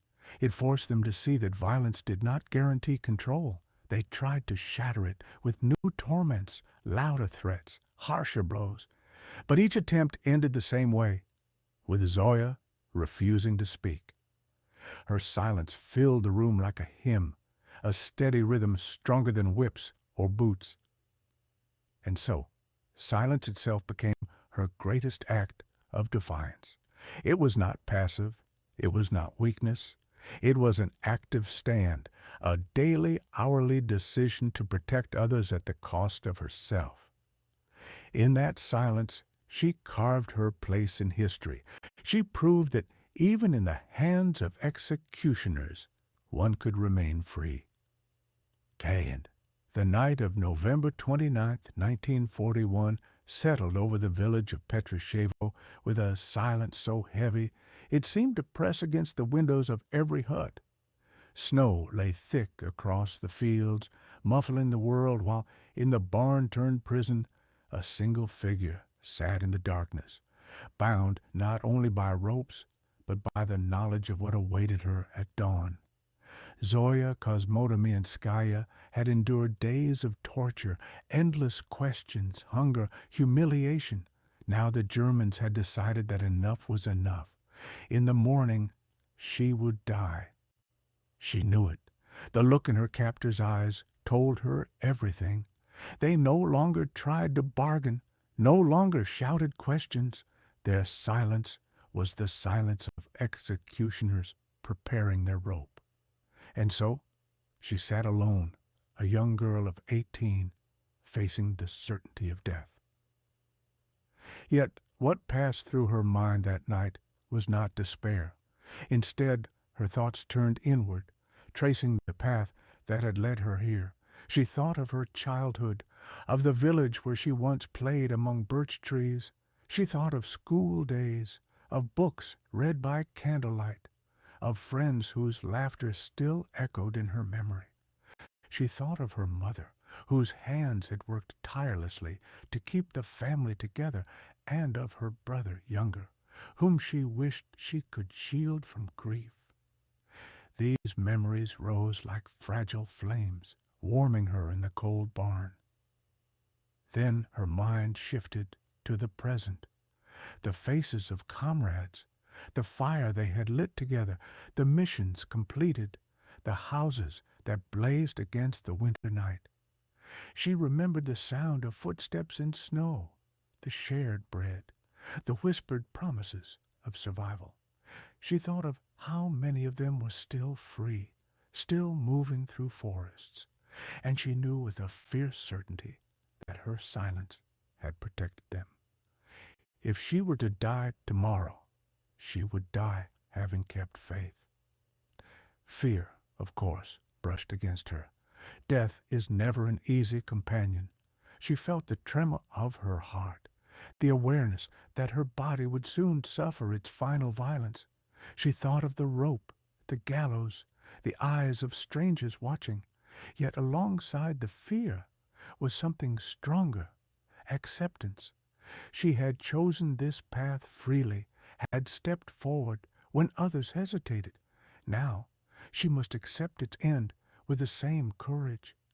To falter now would undo everything. To stand firm would make her sacrifice eternal. She whispered prayers in the darkness, not for herself, but for those she loved, for the land she would never see again in spring, for the people who suffered under occupation. Her lips formed words of forgiveness even for those who had betrayed her. She understood that fear and weakness drove people to desperate acts. She would not let hatred consume her final hours. Instead, she filled herself with a calm resolve. Her death must not be wasted. It must be an example. Perhaps she even imagined a future. She might have wondered if her name would be remembered, if her silence would inspire others, if her death would echo beyond the barn walls. But she did not need certainty. It was enough to know that she had chosen correctly, that she had given everything she could. In that certainty lay peace. Outside, the night deepened. German soldiers shuffled past, their boots crunching in the snow, unaware that in the barn a young girl was making an inner choice that would outlast them all. They had power over her body, but not over her will. They could hang her, but they could not hang her spirit. That night, Zoya prepared herself not for defeat, but for triumph. The triumph of refusing to yield even in death. And so, as she closed her eyes and let exhaustion overtake her, her heart was steady. The dawn would bring ropes and jeers, but it would also bring her last chance to speak, not to her captors, but to her people. Her silence had been her resistance. Her final words would be her legacy. The night before her execution was not simply a waiting for death. It was the moment of her greatest victory, the moment when she chose consciously and freely to meet her end without fear, without betrayal, with dignity unbroken. Morning came gray and heavy, the air so cold that every breath turned instantly to frost. Snowflakes drifted lazily over Petrishchevo, settling on rooftops and fences, softening the edges of a village about to witness brutality.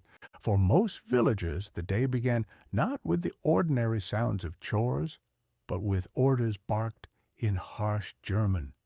They were commanded out of their homes, driven toward the square. The occupiers wanted witnesses. Terror worked best when it was public. In the barn, soldiers untied Zoya Kosmodemyanskaya's hands, only to bind them again more tightly with rope. Her body bore the marks of days of torture, bruises, swollen lips, blood-stained clothes, but her eyes were clear. She had slept little the night before, yet a calmness seemed to cling to her.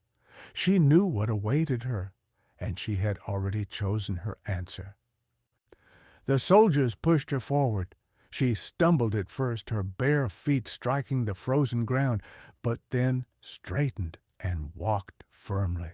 Snow clung to her ankles, soaking her thin clothing. Around her, villagers gathered silently, their faces pale, their eyes wide with fear and pity. They were forbidden to speak, but in their gazes was a mixture of grief, admiration, and shame. Grief for the young girl about to die, admiration for her unbroken spirit, shame that they themselves were powerless. The path to the square was short, but every step seemed endless. The rope in the soldier's hand tugged at her wrists, yet she did not resist. Instead, she looked around as though imprinting the village into her memory, the smoke rising from chimneys, the children clinging to their mothers' skirts, the snow-covered fences, the silent crowd parting to let her through. Some said later that she walked as though she were the one leading the procession, not the prisoner being led. The gallows stood in the center of the square, a crude wooden frame erected hastily, its rope swaying slightly in the wind. The Germans had built it to inspire terror, but to many it looked more like a monument, waiting to seal a martyrdom they did not intend. Soldiers gathered around, rifles slung, their breath steaming in the icy air. Officers barked orders, their faces stern, eager to display their power. They halted her in front of the gallows. For a moment there was silence. The villagers held their breath. Children pressed into their mothers' coats. Zoya lifted her head, her eyes sweeping the crowd. She did not look broken, nor did she plead. Instead, she stood tall, her thin figure framed by snow and wood, as though she had become larger than life. The officer stepped forward, shouting in German that she was a saboteur, a criminal, an enemy of the Reich. His words, translated into rough Russian, rang through the square. He wanted the villagers to see her as a warning, but the people saw something else. A young girl, hardly more than a child, who had stood against soldiers armed with rifles, who had endured torture without surrender. They saw courage dressed in rags. Zoya remained silent as he spoke, then lifted her voice not to the Germans, but to the villagers. Her words were few but clear. She was not afraid. She would not betray her comrades. The occupiers could kill her body, but they could not kill her spirit, nor the will of her people. Every syllable carried across the snow like fire, burning into the memory of those who listened. The soldiers shoved her toward the gallows. The rope was placed around her neck. The wood creaked under her weight as she climbed the small platform.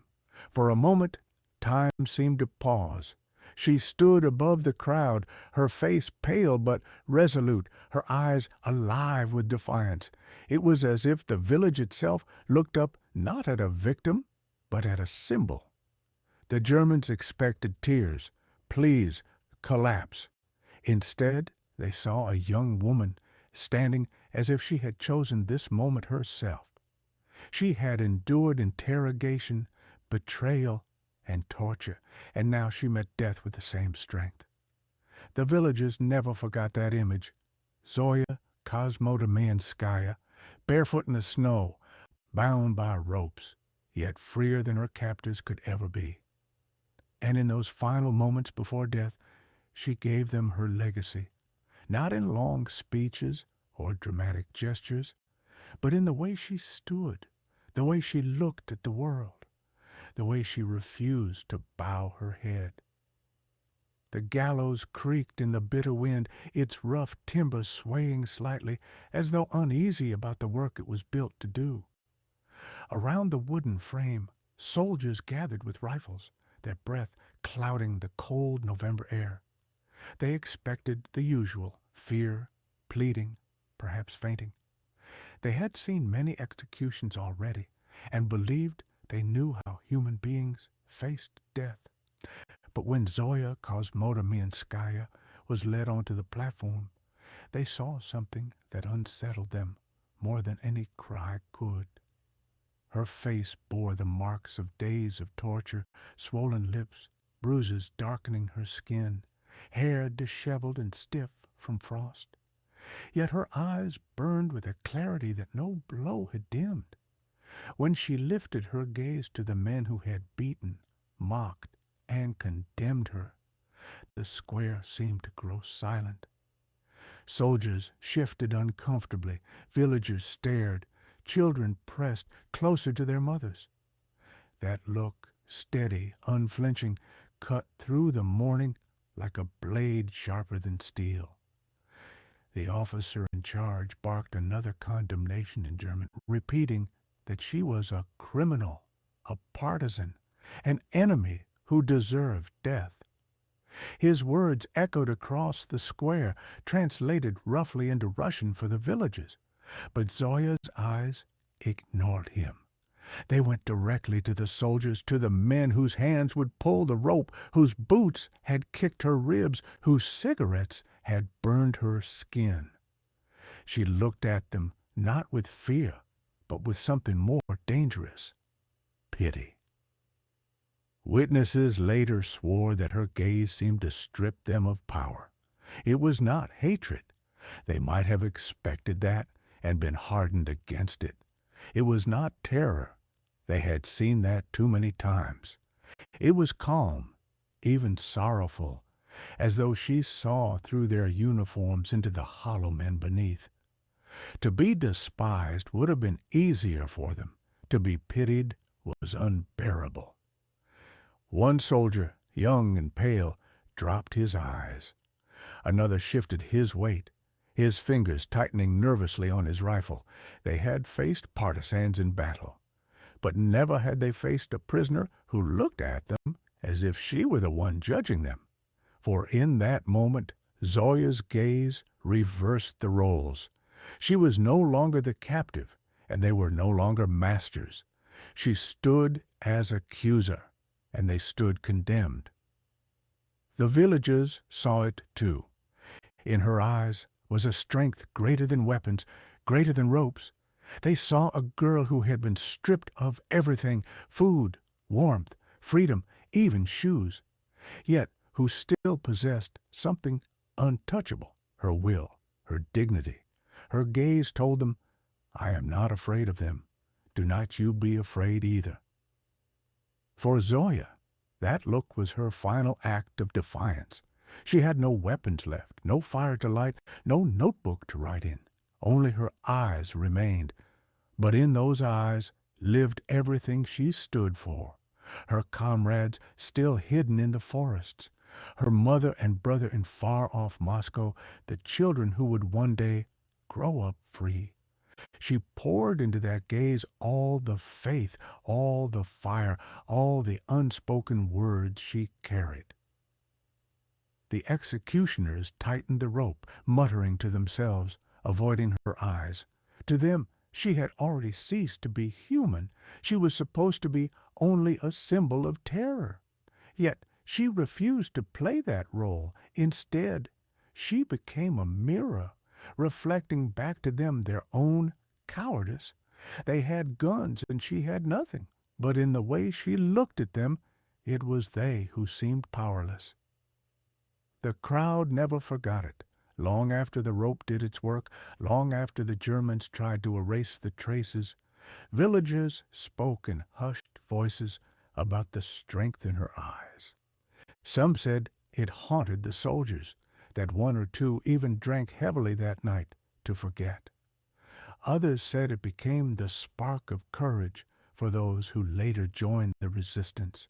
For if a young girl could face her executioners with such defiance, then what excuse did grown men have to remain silent? Thus, her gaze became part of her legend. It was not only her last words that history remembered, but the way she looked at her killers. In that look, she gave testimony stronger than any confession. She proved that even on the gallows, even with the noose around her neck, the soul could remain unbroken. And so, in the frozen square of Petrishchevo, with soldiers shifting uneasily under her eyes, Zoya Kosmodemyanskaya turned death itself into defeat, for not her defeat, but theirs. The gallows loomed in the frozen square, the rope swaying slightly in the bitter November wind. Soldiers formed a ring around it, rifles at their sides, faces rigid with the discipline of men forced to carry out a cruel duty. Villagers pressed together at the edges of the square, hushed, their breath rising in faint clouds. Mothers covered their children's eyes, yet some peeked through fingers, sensing they were about to witness something unforgettable. Zoya Kosmodemyanskaya stood on the platform, her hands bound, her thin figure framed against the snow. Days of torture had scarred her body, but her spirit remained unbroken. When the officer barked his final declaration that this was the fate of saboteurs, that others should beware, he expected silence, perhaps sobbing, the collapse of a young girl broken by fear. Instead, Zoya lifted her head, and her voice, though hoarse, rang out clear and strong. "I am not afraid to die." The words cut through the air sharper than any rifle shot. The villagers stirred, their eyes wide. Some gasped, others wept silently. Soldiers stiffened, shifting uneasily. It was not the words themselves that unsettled them, but the tone, steady, unshaken, carried by a conviction they could not extinguish. She spoke again, louder now, her gaze sweeping the crowd, not the soldiers. It is not me you will hang. It is all of us, our people, our spirit. But you cannot hang everyone. Russia will not be broken. Our victory will come, and you will be the ones cursed by history." The officer shouted at her to be silent, but his command fell flat. The villagers leaned forward, drinking in every syllable. For many, it was the first time since occupation that they had heard someone speak openly, fearlessly, in front of the Germans. Her words carried all the things they had kept locked inside: rage, hope, defiance. "I am not afraid to die for my people," she cried. "You can hang me now, but others will take my place. Hundreds, thousands. You cannot kill us all." Her voice rose with a force that belied her frail body. It seemed to echo off the wooden huts, to linger in the frozen air. The soldiers shifted nervously. Some scowled, some looked away.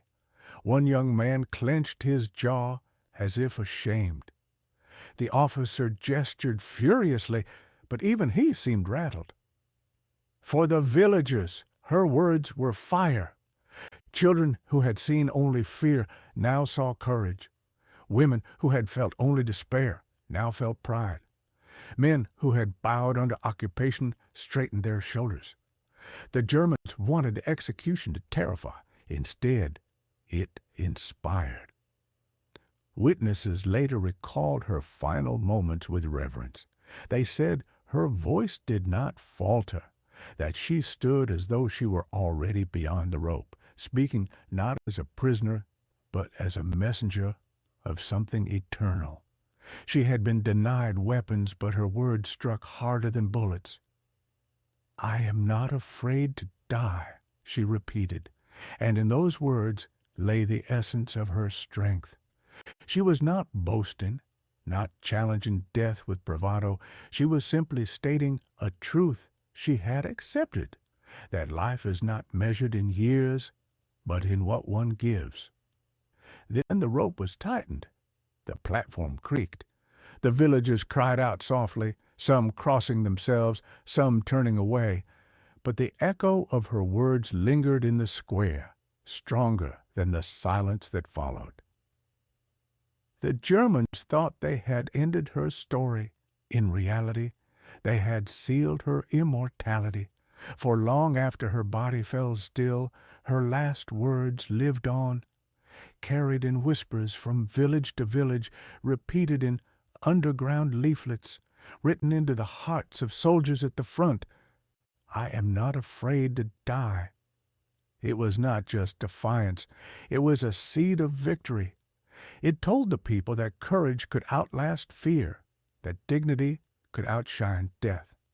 And so, in that frozen square of Petrishchevo, Zoya Kosmodemyanskaya gave her final gift, the words that turned an execution into legend. When the rope tightened and silence fell over the square, the Germans believed they had finished their work. They had dragged the villagers from their homes, forced them to watch, and displayed their power through the hanging of a young partisan girl. To them, it was meant to be a warning. This is what happens to those who resist. But in Petrishchevo, the effect was the opposite. What the villagers carried back to their homes that morning was not fear, but memory. Memory of a voice that rang out stronger than the wind, of eyes that did not flinch, of words that could not be hanged. As the soldiers dispersed, muttering to one another, the villagers remained frozen in place, unwilling to turn away from the gallows.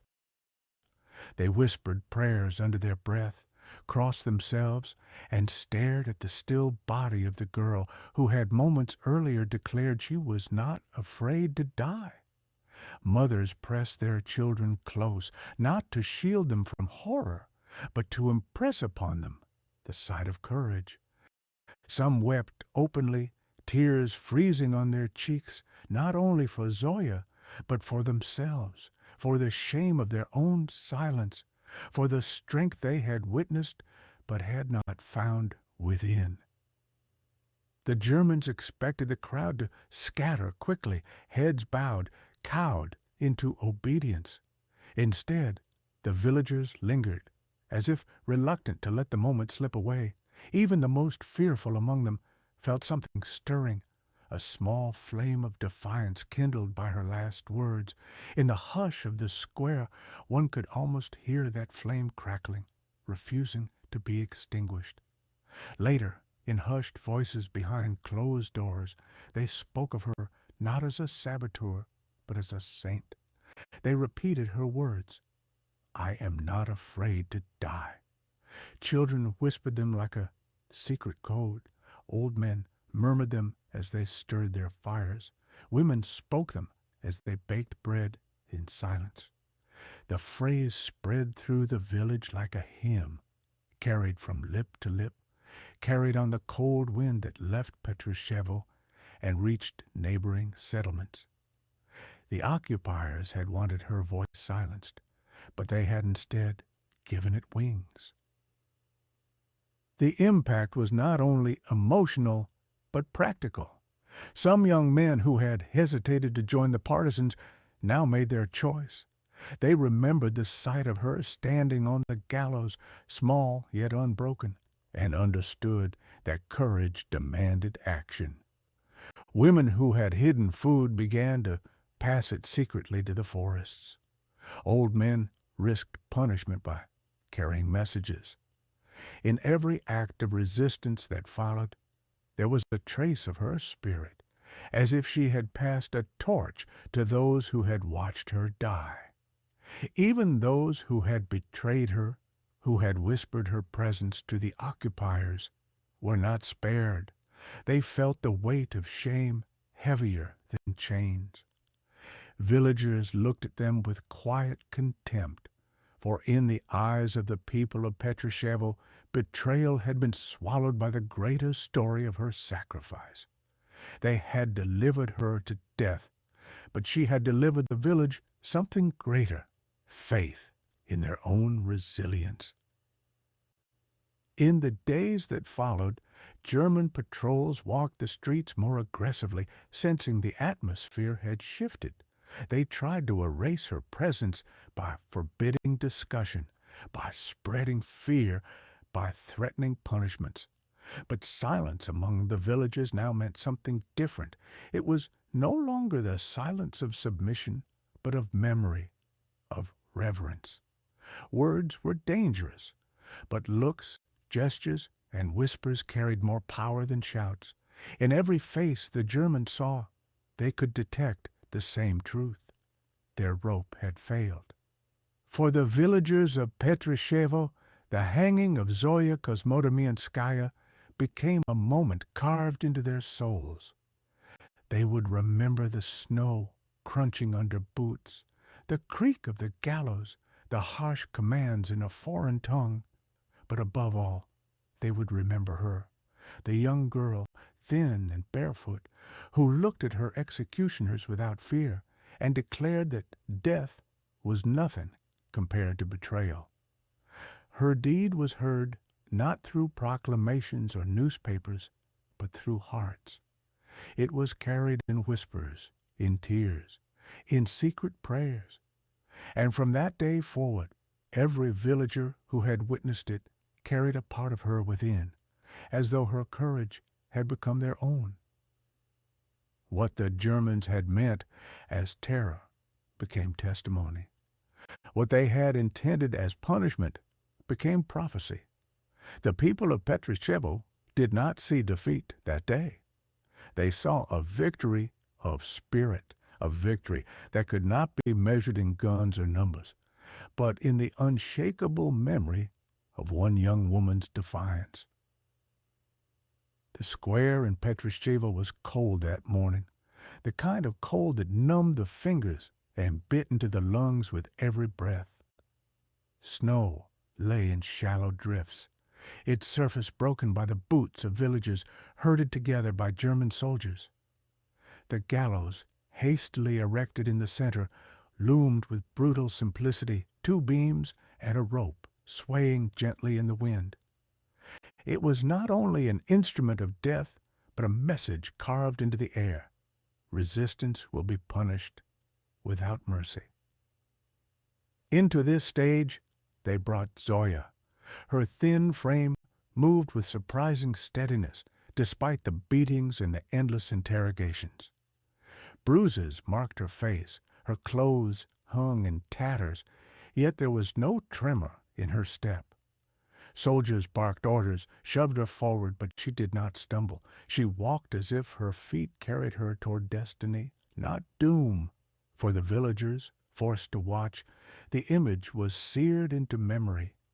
The young girl who seemed smaller than the gallows, yet larger than the men who guarded her.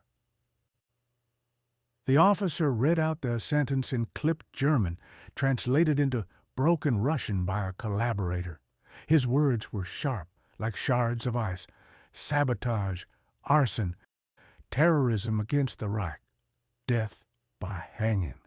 The villagers lowered their eyes, not in agreement, but in silent prayer. Children clutched their mothers' skirts. Old men clenched their fists inside their pockets. And then Zoya spoke.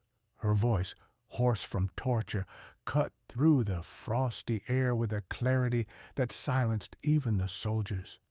She declared that she was not afraid to die, that thousands like her would rise, that the occupiers would never break the will of her people. Each word seemed to hang in the air longer than the breath that carried it, echoing across the square and lodging itself deep into the hearts of those who listened. To the Germans, it was defiance. To the villagers, it was revelation. When the rope was placed around her neck, she did not resist. She looked at her executioners, and in her eyes there was neither plea nor fear. There was something else, an iron calm, a certainty that death would not erase her, but engrave her name more deeply into the living memory of her land. For a fleeting moment, it seemed that she was the one judging them, not the other way around. The soldiers shifted uneasily, perhaps sensing that their act would not cow the people, but consecrate the girl before them. The stool was kicked away. Her body jerked. The rope tightened, and the sound of creaking wood filled the square. A collective gasp rose from the villages, but not a single cry of surrender escaped their lips. Some wept silently, others crossed themselves, but many simply stared, unable to look away from the sight that was both horror and inspiration. Death had come, but in its coming it had transformed her into something beyond flesh and bone. For the Germans, it was supposed to be an ending. For the people who watched, it was a beginning. The stillness of her body swinging in the winter air did not speak of defeat. It spoke of defiance carried to the last breath. Every villager felt the weight of the moment pressed down on their chest, yet within that weight there was also a strange lightness, the lifting of fear. She had shown them that even the rope could not conquer the soul. Afterwards the soldiers dispersed, leaving the gallows as a warning, yet in truth it stood as a monument. Children would remember the exact sound of the rope tightening, women would recall the look in her eyes, men would recall the strength in her voice. Her death had become more than a punishment, it had become a symbol, a banner raised higher than any flag. Zoya's execution was meant to silence, but it spoke louder than any speech. In that instant, the young girl became not just Zoya of Petrishchevo, not just a partisan fighter, but a symbol of unbending will for all who witnessed her final stand. Death, instead of extinguishing her, carved her name into eternity. The gallows had been dismantled after a few days, but the memory of that morning in Petrishchevo could not be erased. No hammer or saw could cut away what had been carved into the minds of the villagers. For those who had stood in the snow, forced to watch the execution, Zoya's presence lingered long after her body was taken down. She became a whisper in kitchens, a murmur in the barns, a quiet vow spoken around the stove at night. Old women who had once crossed themselves quickly when German patrols passed now crossed themselves differently, invoking Zoya's name in their prayers.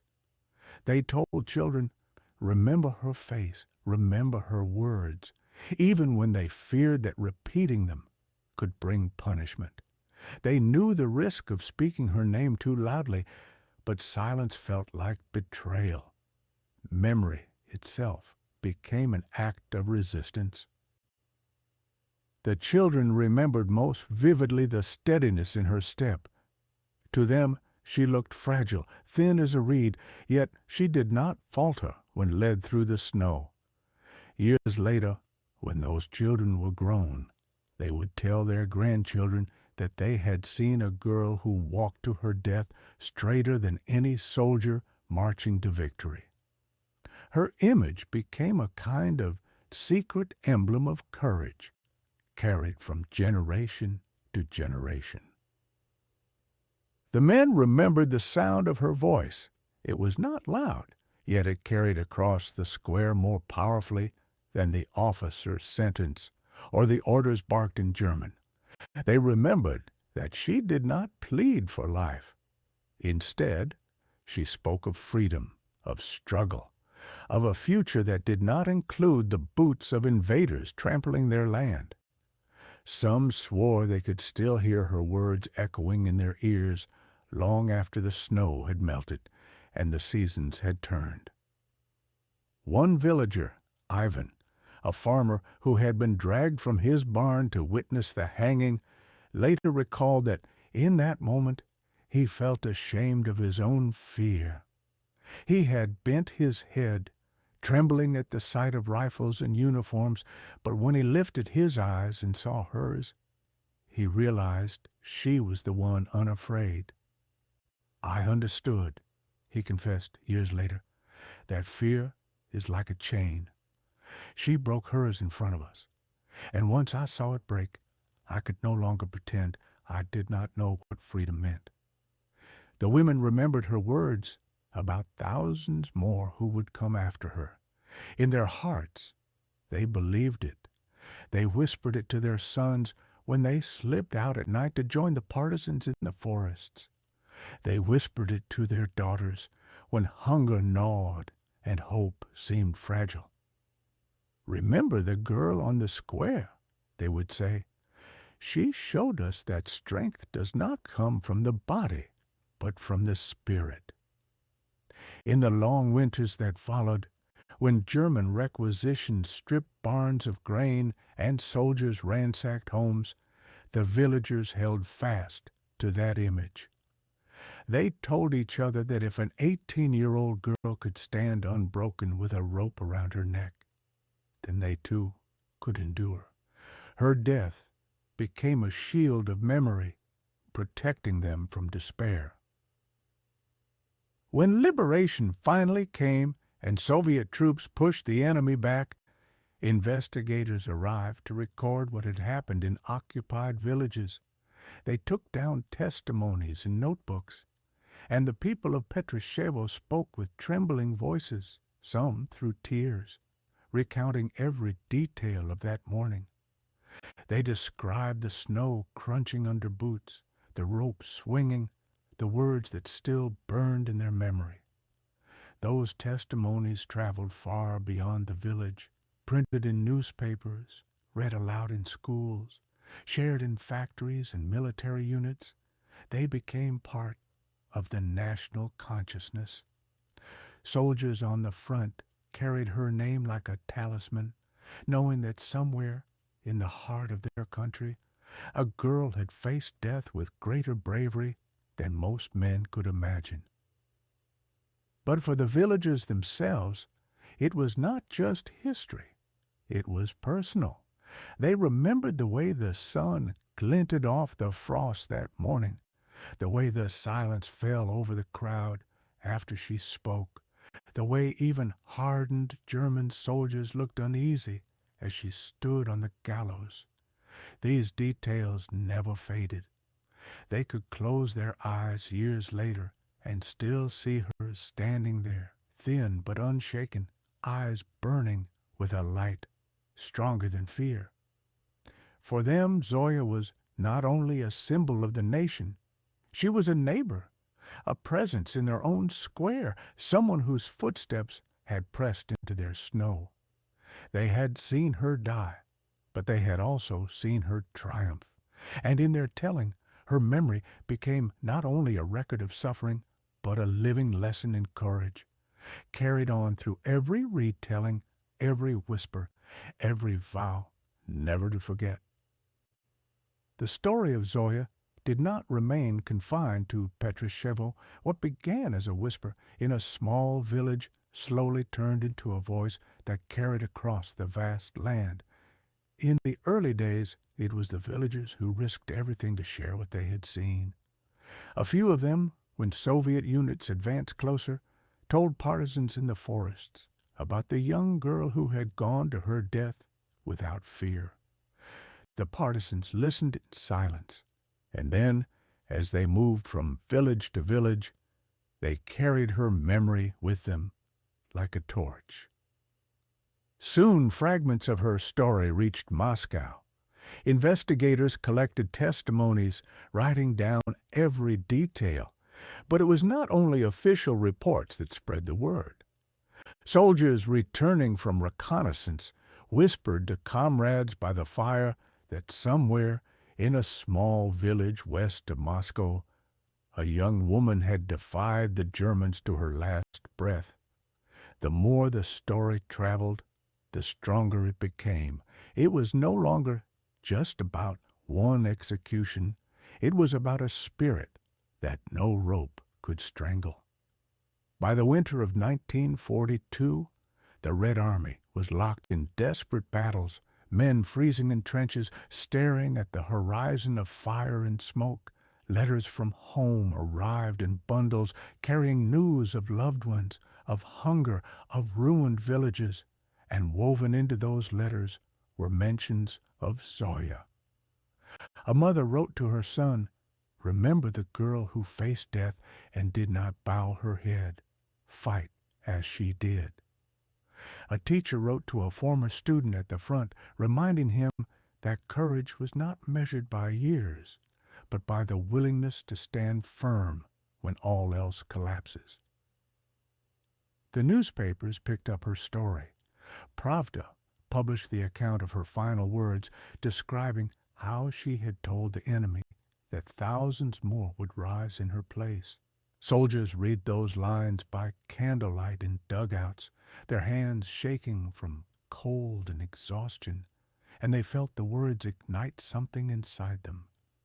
They saw that Zoya was their sister, their daughter, their comrade in spirit, and that if she could endure torture and execution, they could endure the battlefield. Her name began to circulate on the lips of commanders who used it to steel the hearts of their men before assaults. "Remember Kosmodemyanskaya," they said. "Remember the girl who looked death in the eye."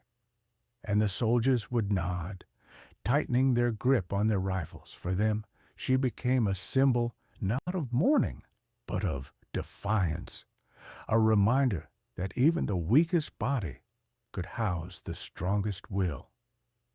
Some units carried her photograph, cut from newspapers, folded into breast pockets. Others painted her name on the sides of artillery pieces or scrawled it on the walls of dugouts. One pilot, before taking off on a dangerous mission, wrote in chalk on his fuselage, "For Zoya." For him, her death was not a warning from the enemy, but a command from the heart to fight harder, to rise higher, to strike deeper. Among the soldiers, the story grew with each telling. Some swore that she had sung before the rope was tightened. others that she had smiled at her executioners. The truth mattered less than the message she had not broken.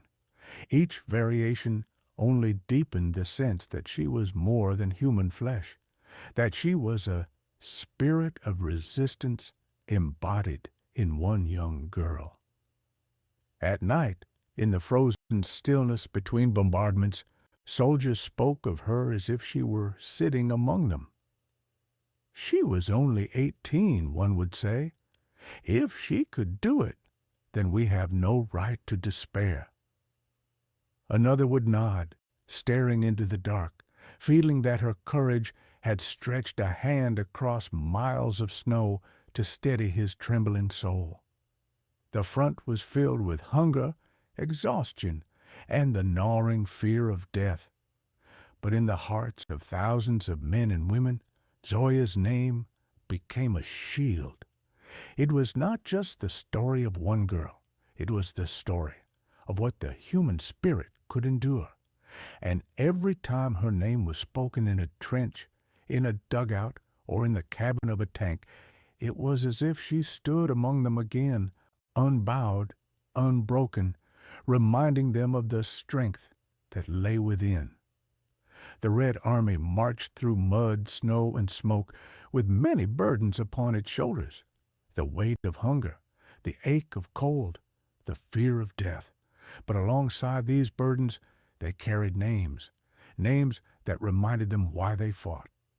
Among those names, one began to shine brighter than the rest: Zoya.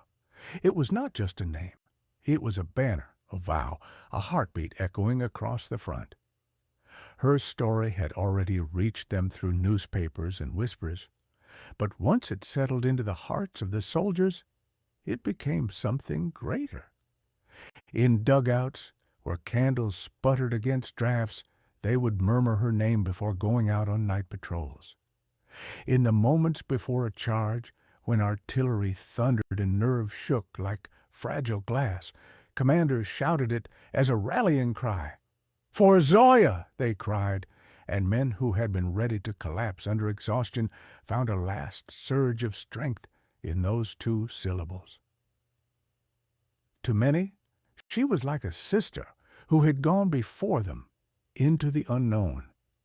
Some spoke of her as if she marched alongside their unit, invisible but present, steady in their resolve. Soldiers who had lost family, homes, entire villages found in her sacrifice a reflection of their own suffering, but transformed into courage. She had not merely died. She had shown them how to die with meaning, how to resist even when the body failed. Letters from the front began to carry her name back home. Mothers received words from their sons saying, "Do not worry for me, for I remember Zoya." Wives read that their husbands fought with her in mind, believing that if such a young girl could endure torture and execution, then they too could endure the fire of battle. The bond between the soldier and the martyr became intimate, as though her last words whispered through the crackling of radios and the roar of cannons. In one unit before a desperate counterattack near Rougev, a commander lined up his men and reminded them of her courage. He spoke not of tactics nor of numbers, but of Zoya's final stand, how she had told her executioners that thousands more would follow. The men charged that day with her name on their lips, and though many fell, they carried the position. Survivors swore later that it was not their rifles that pushed them forward, but the vision of the girl on the gallows. Pilots painted her name on the sides of their aircraft, "For Zoya," turning machines of war into vessels of memory. Tank crews scrawled her initials inside their turrets, believing it would bring them strength in the chaos of fire and steel. Even in hospitals, where wounded soldiers groaned under the weight of pain, nurses heard them whisper Zoya's name through clenched teeth, as if invoking it gave them courage to endure the surgeon's knife without complaint. Her youth made her sacrifice cut deeper. She was not a seasoned officer, not a hardened partisan, with years of battle behind her. She was a girl who could have been anyone's daughter or sister. That truth pierced through the hearts of those who fought, making her courage feel accessible, not distant. And if she could face the rope with steady eyes, then so could they face the battlefield with steady hearts. Over time, the name became almost like a prayer. For Zoya was carved into the wood of rifles, scribbled on the inside of helmets, etched with knives into the trunks of birch trees near encampments. It was spoken before battles, murmured over graves, repeated as a promise to the fallen. Soldiers believed that as long as her name was alive on their lips, they could not truly be defeated. She had not fired a rifle on the front lines. She had not commanded troops or held a rank. Yet her strength became a weapon sharper than any blade, stronger than any gun. Her sacrifice turned into an invisible armor for thousands who carried her name forward. And as the Red Army pushed slowly westward, step by bloody step, they felt that they did not walk alone. Zoya walked with them, not in flesh, but in spirit, not in body, but in the fire that burned within their will. By early 1942, the name Zoya Kosmodemyanskaya had reached every corner of the Soviet Union. From frontline trenches to factory floors, from schools in Siberia to hospitals filled with the wounded, her story was retold in countless voices. What had begun as the testimony of a few villagers became an anthem of courage, and in Moscow, the highest leaders of the state took notice. The Soviet press had already begun to publish her story. Articles in Pravda and other newspapers described the girl who faced the gallows with unbroken spirit, quoting her last words and recounting her defiance in the face of death. Photographs of her, thin and serious, appeared in print. For millions who read those pages, Zoya was no longer an anonymous partisan, but the very embodiment of youthful sacrifice. Her name stirred not only sorrow, but pride, a reminder that even in the darkest hour, the Soviet people produced light. Recognition came swiftly. On February 16, 1942, the Presidium of the Supreme Soviet issued a decree. Zoya Kosmodemyanskaya was awarded the title Hero of the Soviet Union, the highest honor of the nation. She was the first woman in the war to be given this distinction posthumously. For a girl of 18 whose life had ended on a village gallows, this was a transformation into national legend. The announcement was broadcast on radio, read aloud in factories, and published in papers. Everywhere, people stopped to listen. In Leningrad, under siege, citizens huddled in freezing apartments and heard the news crackle through radios powered by makeshift batteries. In faraway Central Asia, workers in cotton fields paused as teachers read aloud her citation. In the trenches before Moscow, soldiers smiled grimly, feeling that her spirit now stood officially among their heroes. The decree did more than honor her memory. It turned her into a symbol of collective will. Statues and portraits began to appear in schools and barracks. Poems were written in her honor, songs composed to carry her story further. Her face, once known only to family and friends, became one of the most recognized images in the Soviet Union. She was no longer only Zoya the daughter or Zoya the villager. She was Zoya the hero, the young woman who had given her life without surrender.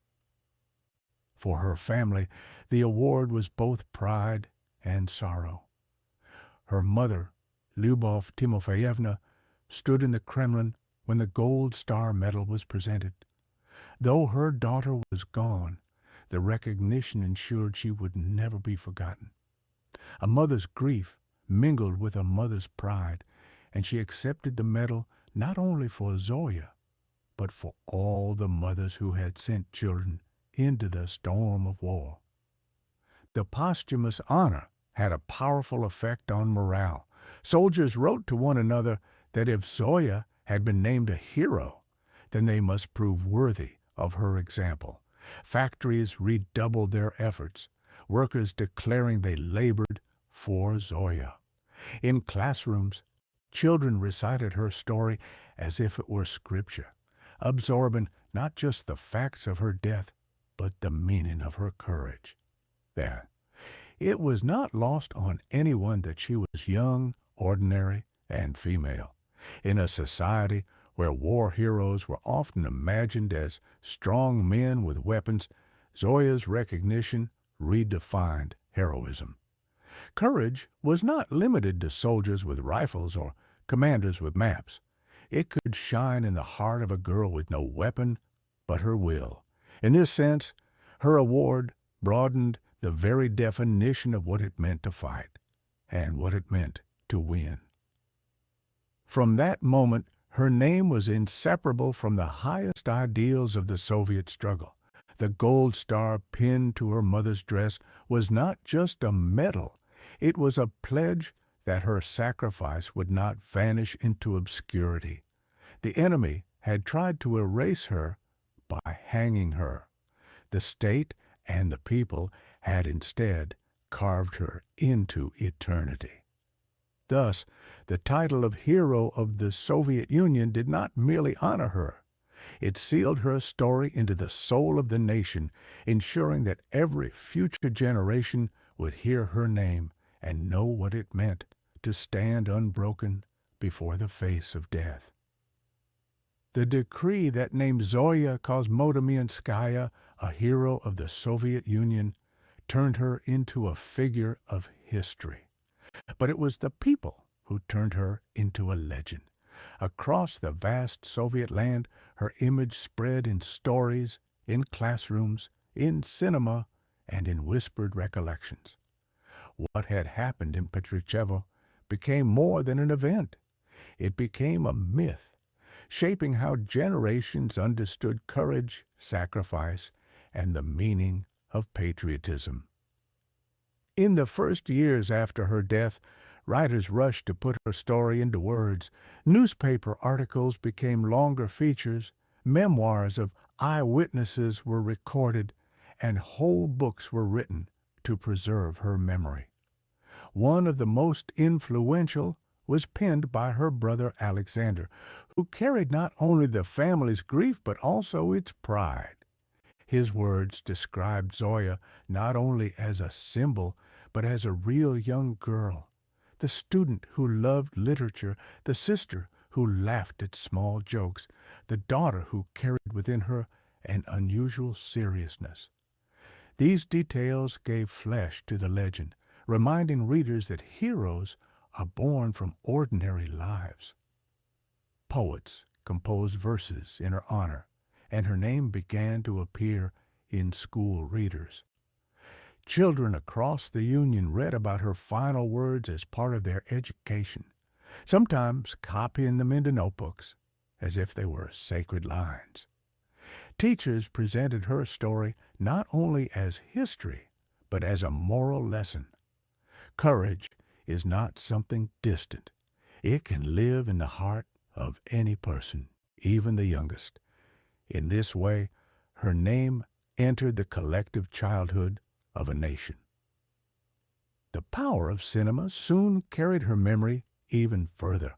In 1944, the feature film Zoya, directed by Lev Orenstam, was released. Audiences crowded into theaters, still scarred by war, hungry for stories of resilience.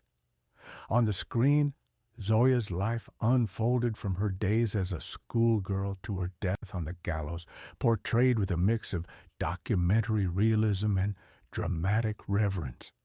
For many viewers, it was their first vivid image of her, and the film left theaters in silence, with many wiping tears from their eyes. Soldiers at the front who saw the film in mobile cinemas reported feeling renewed strength, as though Zoya herself had spoken to them again. Over the years, her story became not only fact, but folklore. In villages, people retold it with embellishments, that she had sung a hymn before death, that a light shone around her head, that the Germans trembled at her last words. These details, though not part of official testimony, revealed something deeper, the need of the people to see her as more than human, as a martyr whose courage bordered on the sacred.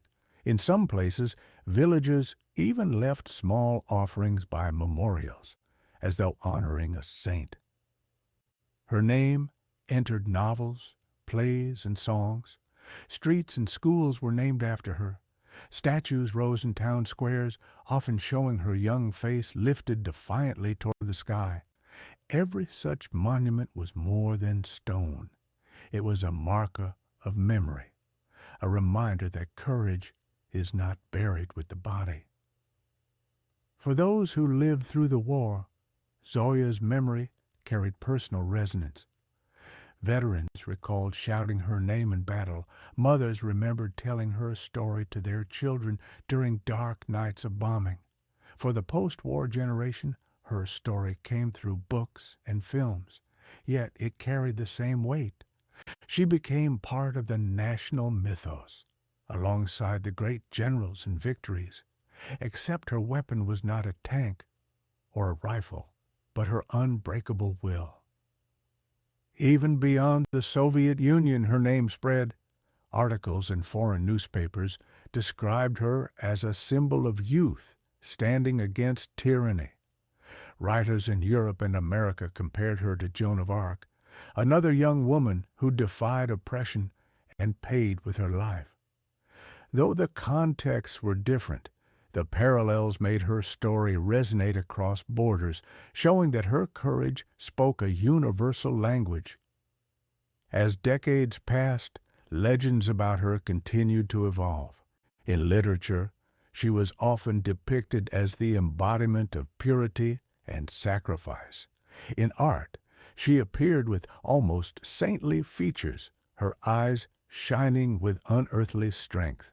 And in the whispered stories of ordinary people, she remained something even more precious.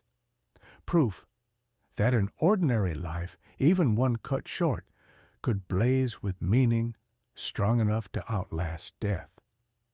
Thus, Zoya lived on not only in the official history of the state, but in the living memory of the people, in books that filled libraries, in films that stirred emotions, in legends that blurred the line between fact and faith.